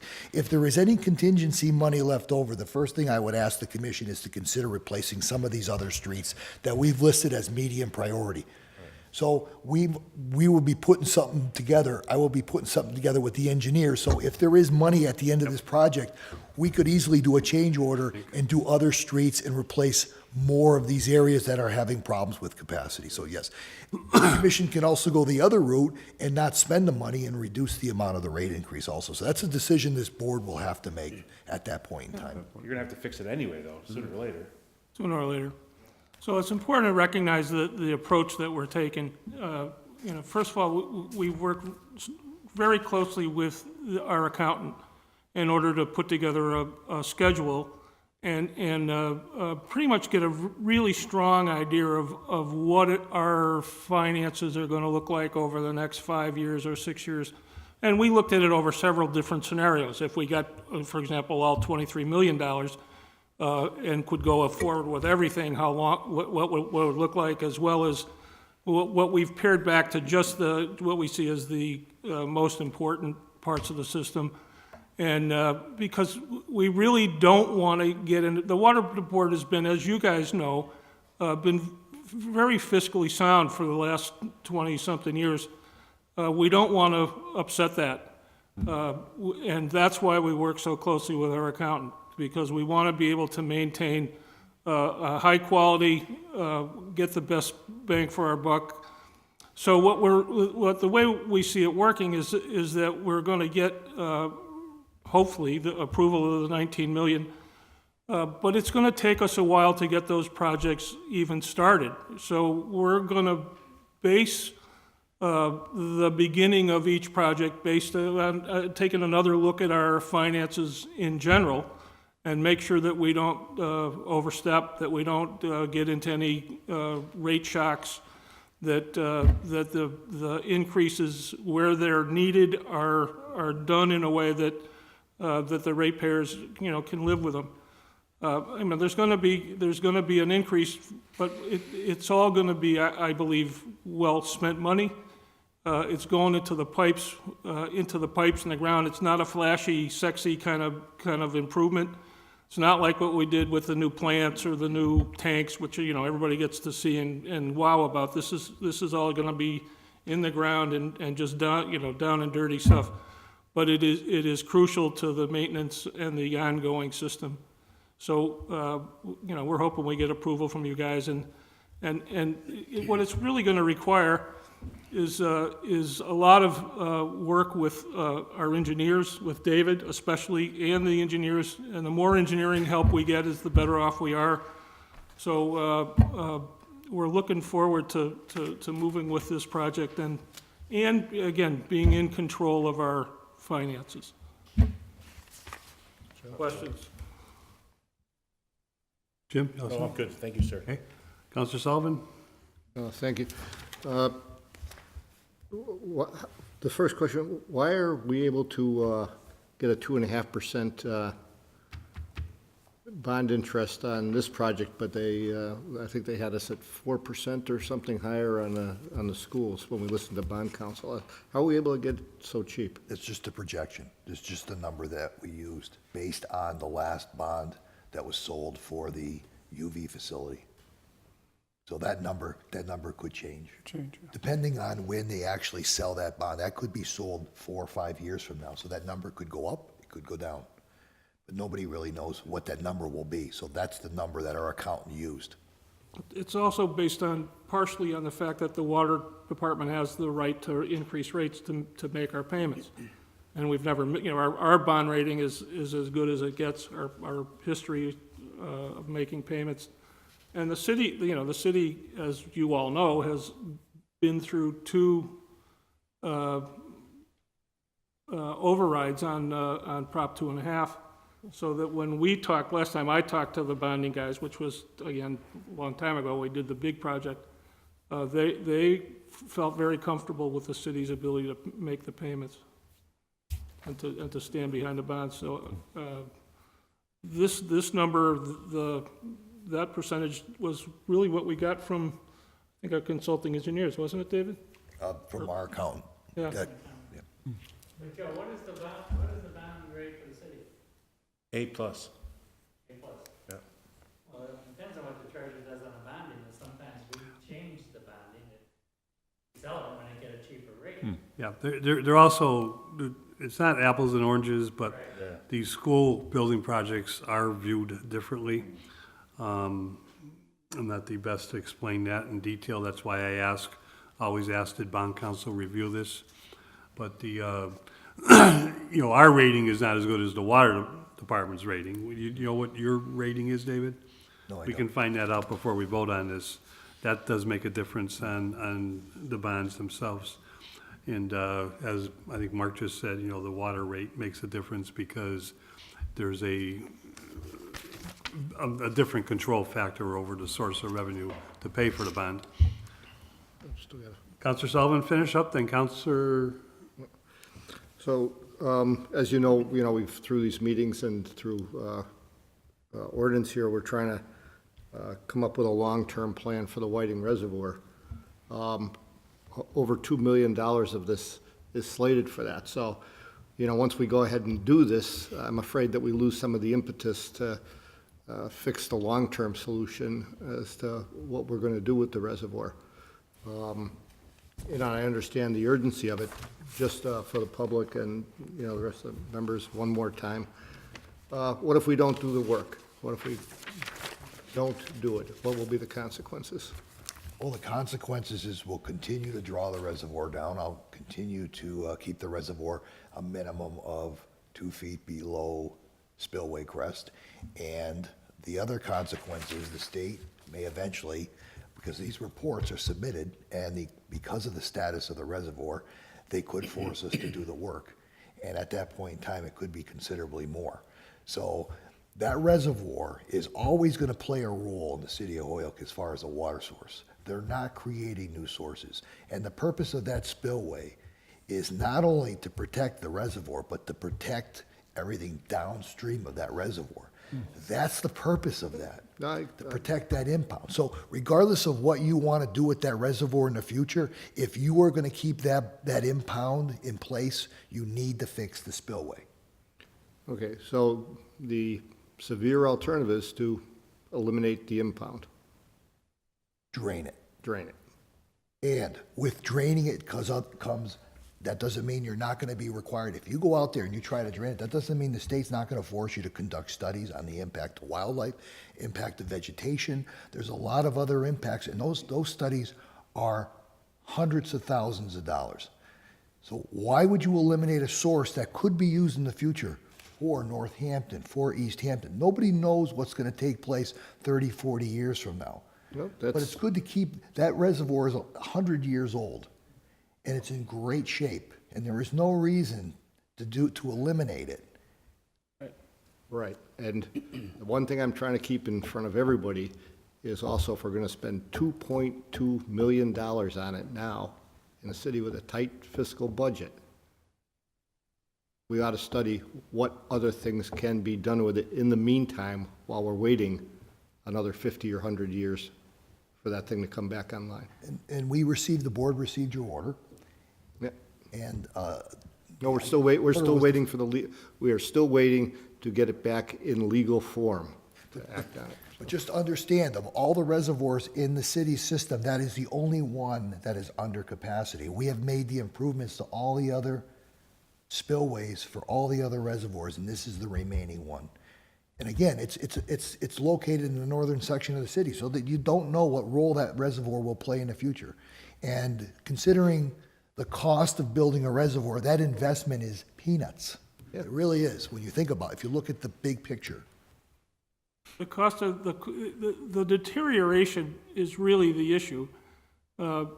If it was in great shape, obviously we don't have to spend any money, but the continued deterioration gets looked at by DEP and DEM every year.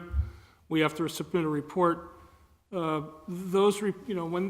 they decide, if they decide it's time to repair it, the opportunity to do some of the kind of things that we're going to look at, which is we'll look at the lowest bidder, we'll look at best way to do things. If there's ways to get a better deal, we'll put that together. Some of that goes away when they start to force timelines on you. So as you well know with the sewer department, we'd rather do it while we're in control rather than when the estate's in control. That's really another reason to go forward right away. No, Mark, I think everybody completely understands that.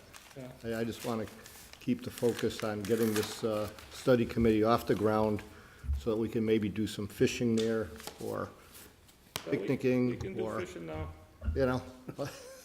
Well, that's not what the sign says as of 2 weeks ago, so. The department has a policy. There are essentially three things that need to be done. If somebody wants to do recreational activity, there needs to be security, there needs to be a cleanup crew, and there needs to be porta potties. As long as those three criteria are done, then any group that wants to put together some kind of program up there is certainly allowable by us. I didn't know that. Councilor Bacon, then Councilor McGee. Thank you, Mr. Chairman. I'm probably not well-known for doing this, but I think I've done it once before, and it's, I think, with most of the same people in the room. And I'm going to pay you folks high praise. I filed an order at the last city council meeting that the city have a written plan for capital expenditures prior to seeking bonding for huge capital expenditures. And we have before us exactly the kind of thing that I'm seeking from any and every department in the city seeking bonding for anything. And you've fulfilled three major strategies. It's proactive, it considers the impact and spreads out the cost and avoids a rate shock, and it's proactive in your avoiding emergencies. Not that you're going to avoid every emergency, we know that, but you're avoiding a crisis of a failure of a water tank, a failure of a big line, and things of that sort by taking this approach. And I just think it deserves high praise. I think it is something that can be done with good attention, which is what you pay. And I tell people that things like this aren't rocket science, but they do require people who are focused and consider the ramifications of not doing things as well as doing things. And I think one of the most impressive things is that you have thought out far enough to look at the timing of your bonding coming off and being paid off and staggered it. So you're coming in and on paper it looks like it's this huge bond, but you're also taking on new bonding as you're getting rid of your other bonding. And so I just find it extremely sharp in its in the financial strategy that you've taken on this. And as a representative of the taxpayers, very grateful for it. I wish and I hope, and we are calling for much more of this type of approach throughout the city. It's desperately needed. Thank you. Thank you. Counselor McGee. Hey, that meant you can't leave. Just letting you know that. That's what you were saying, you can't leave. Part of the bond. Just quick, I know, because you referenced it, and I just want to be clear on it. The yellow is the area that we're all focusing on.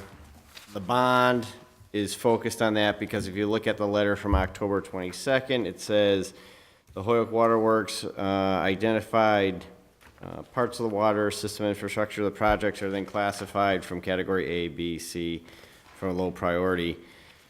We would like to advance category A, 13.39 million. And then you list out everything. Everything you spoke about, everything in yellow. The bond. When you look to the language, it says that there shall be no change in the purpose of this bond authorized without prior vote of approval of the city council. Which then is, if certain things come back under budget, or the feds come back and actually finally give us money for some of these projects to offset this. I could have been wrong in my hearing, but you said you would take some of that money and apply it towards the blue and whatever color that is. I'm colorblind in some areas. You wouldn't be able to do that. You have to come back to us to reallocate the funds to tackle new projects. That's the way the bond is. I know you guys come back anyways. I just want to make sure we're on the same knowledge of that. Absolutely. I don't mind. I want it all done. Before we do anything, we've always, for the last 25 years, done to the city council. The only reason I say that, that's new language by what we do by bonds in the sense of, I call I it the think Bartlett Amendment. the first thing we would look at is not spending any more money, is taking some of the, or just not taking some of the bonding money and keeping rates low. I mean, that would be our first look. But then if we wanted to move forward, of course, we would. No, I'm not saying that, oh, you have to come back. That's the way the bonds No, I are now understand that. designed. So I would say, I wouldn't mind you guys moving on to the next projects and getting it done. It's just that's the new caveat that we've put into there. Okay. And then with regards to the rate, so that those who are home watching, you're saying it's an 8-cent increase, however, you could always bring it back down after everything's all said and done. So I just want to put that on record, that was the commitment by the group. That's on the assumption of a 2.5. There's assumptions on everything, Mike, in Everything, the yeah. sense of it could be 2.5, 3.5. The feds could come back and give us money based on all these new they could not. These are all things that we have to, it's a guessing game with a lot of stuff we do budget-wise. But it's just being transparent to the people at home saying, yeah, it's 8 cents now. However, that can fluctuate back and forth depending on the overall cost and if anything does come in. I just want to make sure that you guys understand that that new caveat to the bonding was in there. That's all. Because I heard you say, we'll move on to the blue, and it's like, you're kind of stuck by the letter and what you've put into writing. I know, just giving the heads up. Okay. I have a question for you. When they draw up the actual description for the bond, do they identify every particular street? No, but Would they just say water main improvements? you're asking for 13.39, which then is in your letter attached to the bond. Correct. You say the 13.39 is going to Correct. category A, Yep. which then I think is all the yellow. I could be wrong. Is the carryover to No, the you're blue? correct. You're correct. So I don't know if you want to say if there's any left over, then it'll carry over to blue or not, or category B. I'm just trying to be helpful in the sense of the bond language now limits you to your scope. Yep. Usually on a lot of the projects, if they're unit price projects for replacement of 4-inch pipe with 6-inch pipe. And the only thing I'm saying is that, and I'm not saying that the board is going to agree to this, but I'm saying that there is money left over, then some consideration should be given to extending a line, which is unit prices in contracts. And we've done it before, we've done it in the past. Anytime we've had projects with a contractor and there is money that's left over, we've gone a bit further if that project is warranted. So that's all I'm saying. That's all I'm saying about that. There are particular areas that are within these particular areas that could be addressed under those contracts with those firms or those companies, contracting companies. It would be, but like Councilman McGee, it would still be under the same bonding. Yes, so as long as you're Yeah. under the same, look, to me, my whole point was if you don't think you would be, then I'd say expand your language to say maybe category B in order to avoid the issue.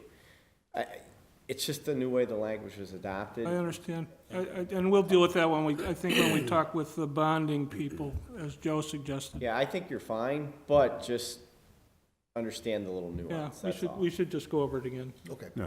That's, Yeah, that's a good point, though. But the message is also,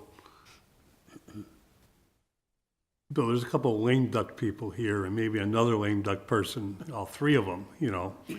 And I want to say something to that in a minute, but, you know, you're taking the baton here at some point. Right.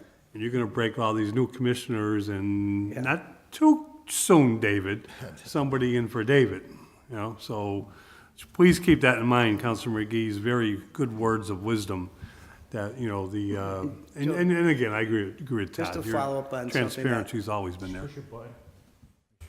Just to follow up on something Mark said earlier, a lot of these projects aren't, to use his term, sexy. But the last time I was here, Michael brought in remember the piece of pipe he brought in?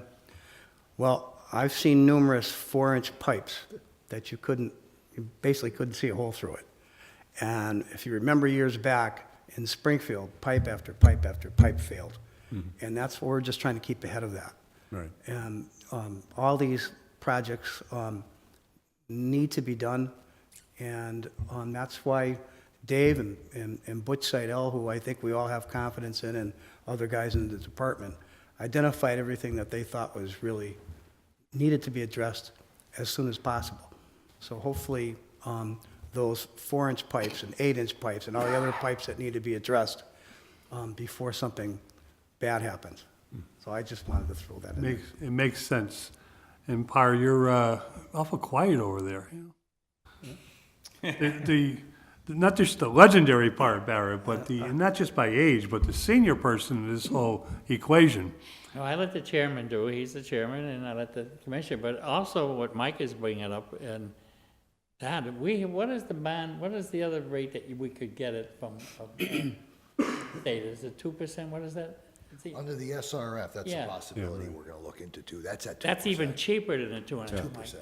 Well, If let that me came give up you with the a water, clue yeah. that, and if it's, as my good friend Joe brings up, new chairman is taking over somewhere in January, and I have been questioning him because he's a very good friend of mine, and we're asking about, there's a lot of money in the Clean Water Act.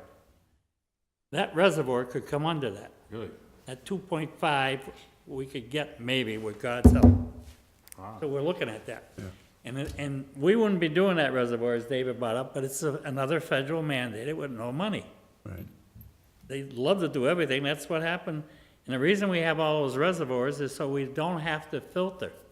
As David brought up there before, we're one of, 2 cities or 3 left in the Commonwealth that hasn't got filtered water because of our water being that good, as Jimmy said. So that's the key to it. And we've been doing all of that to keep it so we didn't have to go out and spend $30 or $40 million for filtration. Right. And let me tell you something, I bought our water down to American Water Works, and our water was tasted out of 15 of them. We came in second, we got beat by somebody from New Jersey, it might have been New Jersey. Our water, the guy couldn't believe our water, and it was not filtered. That's how good our water is. And listen, we're so rich in this city. Everybody talks how rich the city is. We're the only city in the Commonwealth that's got 3 reservoirs. Yep. And believe me, long after I'm gone, I'm hoping to heaven that you will find out what that's going to be. East Hampton, Northampton, all those wells, they're all going to go. We almost had a Westfield, as Mark did a terrific job on that. Almost came, and we wouldn't be in here asking you for a rate because the money they would have paid us would have took care of the profit. But they went another route. Right. But just never forget that's the greatest asset. The forefathers of this city should be so proud. Yeah. Really. Joe? Go ahead. Councilor Leahy. I'm good, thanks, Jim. Just if I can get one other thing, Joe, you briefly talked about some of the issues that the department's facing in the near future. And I think that it's important that at least there's some conversation that Butch Seidel, who has been, the whole Seidel family has been part of the water department for years and has been terrific to us. Butch had some medical problems, and replacing him is going to be one of the next major goals of the department. And David, I'm leaving, as you know. David is got, not long to live as our manager. Yeah, don't say it. But so he's something we don't? So he's looking at least he's looking at his retirement. So it's important that when you guys make choices about the department, that you think about the survivability and who's going to replace us. And it's just important from me that the high quality of people that you've chosen, that you continue to do that, is really important. I'd like to, if the committee would allow, but I'd just like to say something, because, and thank you for bringing up Butch, because the Seidel family name is attached to everything, as is another name that goes way back, and that's the Sheridan name. And, we say Ty and Bond, but when we think about it, it was really Phil Sheridan that controlled a lot of what, we now know as one of the finest waterworks in the Commonwealth. But not to downplay any of the significance of everyone that's sitting here. I would like to take the opportunity here to thank Mark for your years of service. Thank you. Billy replaced Franny Dwyer at, I think, 28 years. You gotta be 30-something. 29. 29? I know it was close. Bob, we're not gonna guess your, because I'm not gonna guess your age, but, but you're the only person that can outlive a superintendent of the water department. The only water commissioner has been through 7 mayors. 7 mayors. Yeah.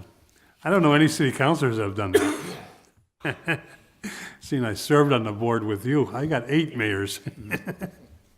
But thank you, Mark, for your service. It was well done, and you're not done yet. We got a few weeks, but we appreciate I it. wanted to live through this project and get everything squared away so that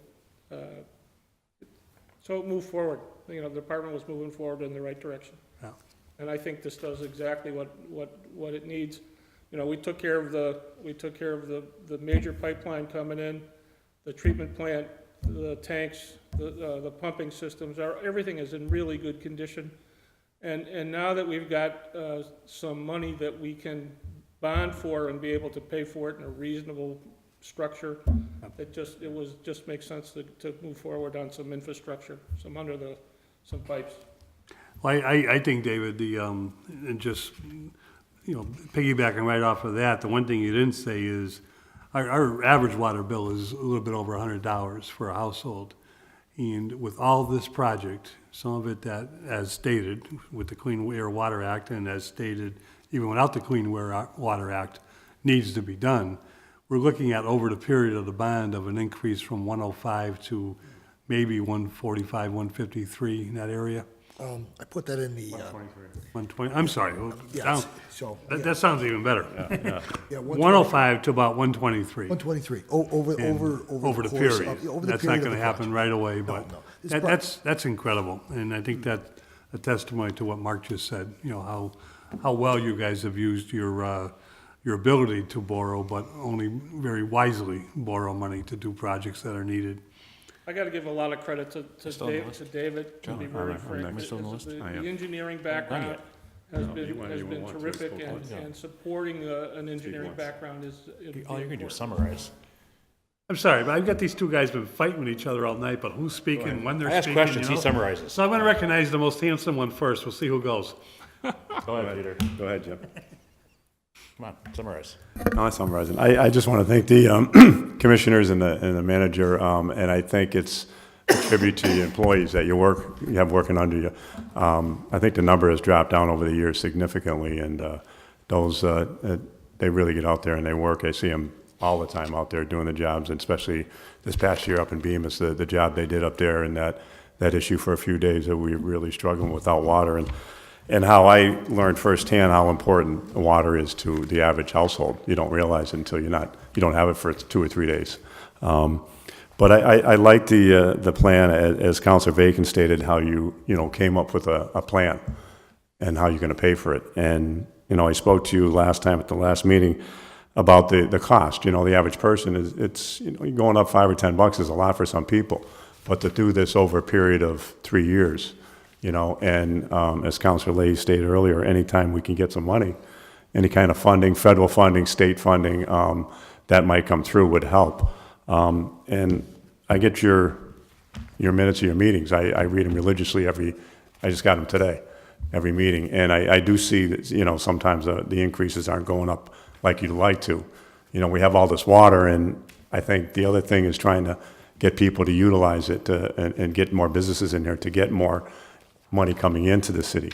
And it's a hard sell right now. I mean, we lost a lot of users, a lot of businesses. If I can go back to my history, when I started in the department, we had roughly a $6 million budget, which is roughly what we have to today. So, we've done a great job in that respect. But at the time that I started, there were 167 companies in the city that paid 50% of the bill. Just think about that, 167 out of the 8,000 accounts that paid 50% of the bill. Yeah. They're all gone. Every one of those companies has left. Yeah. And so the burden has slowly gone to the consumer, the residential consumer. And we've still maintained the same budget, just that there's been a shift in who's paying it, that's all. Right, and I appreciate the work all the commissioners have done, especially you, Mark, that you're leaving now. And anytime either you, David, or John, one of the managers, have contacted for an issue with water, you took care of it right away, and I really, really appreciate that. And I'm very much in favor of this, and I think, the work needs to be done, the preventive maintenance, basically, of our water system is really paramount to the future of our city and our water use. So thank you so much. Anything else? Just kidding. Counselor Leahy. Thank you, sir. Thank you. As clearly as my colleague and my friend Squire McGee over here, I know I would like to see some of those projects in the blue section as well. So I don't know if Todd or somebody can help you guys out with the editing of the bond or the drafting of it, just so if there is extra money, it could be put into those, because sooner or later those blue will move up to yellow, and probably the green will move up to blue, and so forth. So I'm definitely in favor of that. But also Linda, she took some of my thunder away. That this department. And I hope the people that are watching this at home, the commissioners always show up. The commissioner is always here. We ask a question, they're all here. That doesn't happen with many boards. In fact, I'm trying to think of any other board that does happen with. You guys are spot on all the time. And to what Mark is saying, so the future people, we have to think about, experience, dedication. That's obviously very important. And there is a proclamation that's been filed on your behalf through the city council. It's going to show up on the next agenda. When we got your letter, it was after our deadline for the agenda. So the city council will be presenting a proclamation, and I look forward to voting for that. And I'm sure it's going to be a unanimous vote. One of the things that the people at home that have been watching this meeting and the past meetings have to remember that this is one of the most conservative boards in the city of Holyoke. The water department, it's fantastic. And they did their due diligence, as Linda had said, and presented us with as much information as they could. And they are also, one of the things they should be applauded for and patted on the back is they waited till the existing bond was paid off before presenting this with us. So it makes our decision a lot more easier. So when we're talking to Mrs. Williams, in Stop and Shop, we can go and say, this department is well put together, well managed, and they waited for the existing bonds to be paid off. So it makes it for an easier vote for us. I'm all in favor of this. I'm going to be supporting this tonight. I'll be supporting this at our next city council meeting as well. And I just want to say thank you all for all the work you guys do. Counselor Sullivan. And just so everybody, in case anybody missed what Mr. Nadorf said, 167 businesses have left the city. As we come up in the next couple of weeks and start talking about when we set the tax rate. Let's remember that, 167, and we're going to keep on with the highest commercial tax rate in the state. So there's maybe part of the reason that we don't have the money in the water department as well. Is there anything else from the committee, from the members, anything else from the board or the superintendent? Thank you. Thank Counselor Sullivan for ending on a high note. The chair will entertain a motion. Motion to Second. approve, recommend city council to do so next meeting. All those in favor? Aye. Any opposed? So moved. 2 minutes to the finance committee meeting. We got a few items that we have to address. I don't think, Todd, Linda, they're your orders, important orders, that we might not get to them till January. Okay, Todd, I think. Well, it's a DOR letter I'm talking about. However, I don't know what's coming in next Tuesday, so if there's room on, we may need one more meeting in December. I'll do my best to avoid it if we can, but if we do, we may have to have a quick meeting, so we're ready for January. Same to you, Commissioner. And I want to put one thing, I'm the guy that hired you. And he remembers that. David, you do know the commissioners can resign, but in order for you to get retirement, it takes a vote of the city council. Motion to adjourn. Second. Okay. Oh. No, I was just going to ask you, the next few items, are they significant? Well, I'm just thinking of the holidays. Linda and Todd both said they don't have to be done. One's at a DOR, and one, you're good, but they don't have to be done immediately. It depends what comes in next Tuesday. Motion to adjourn? All those in favor? Any opposed? Stand adjourned.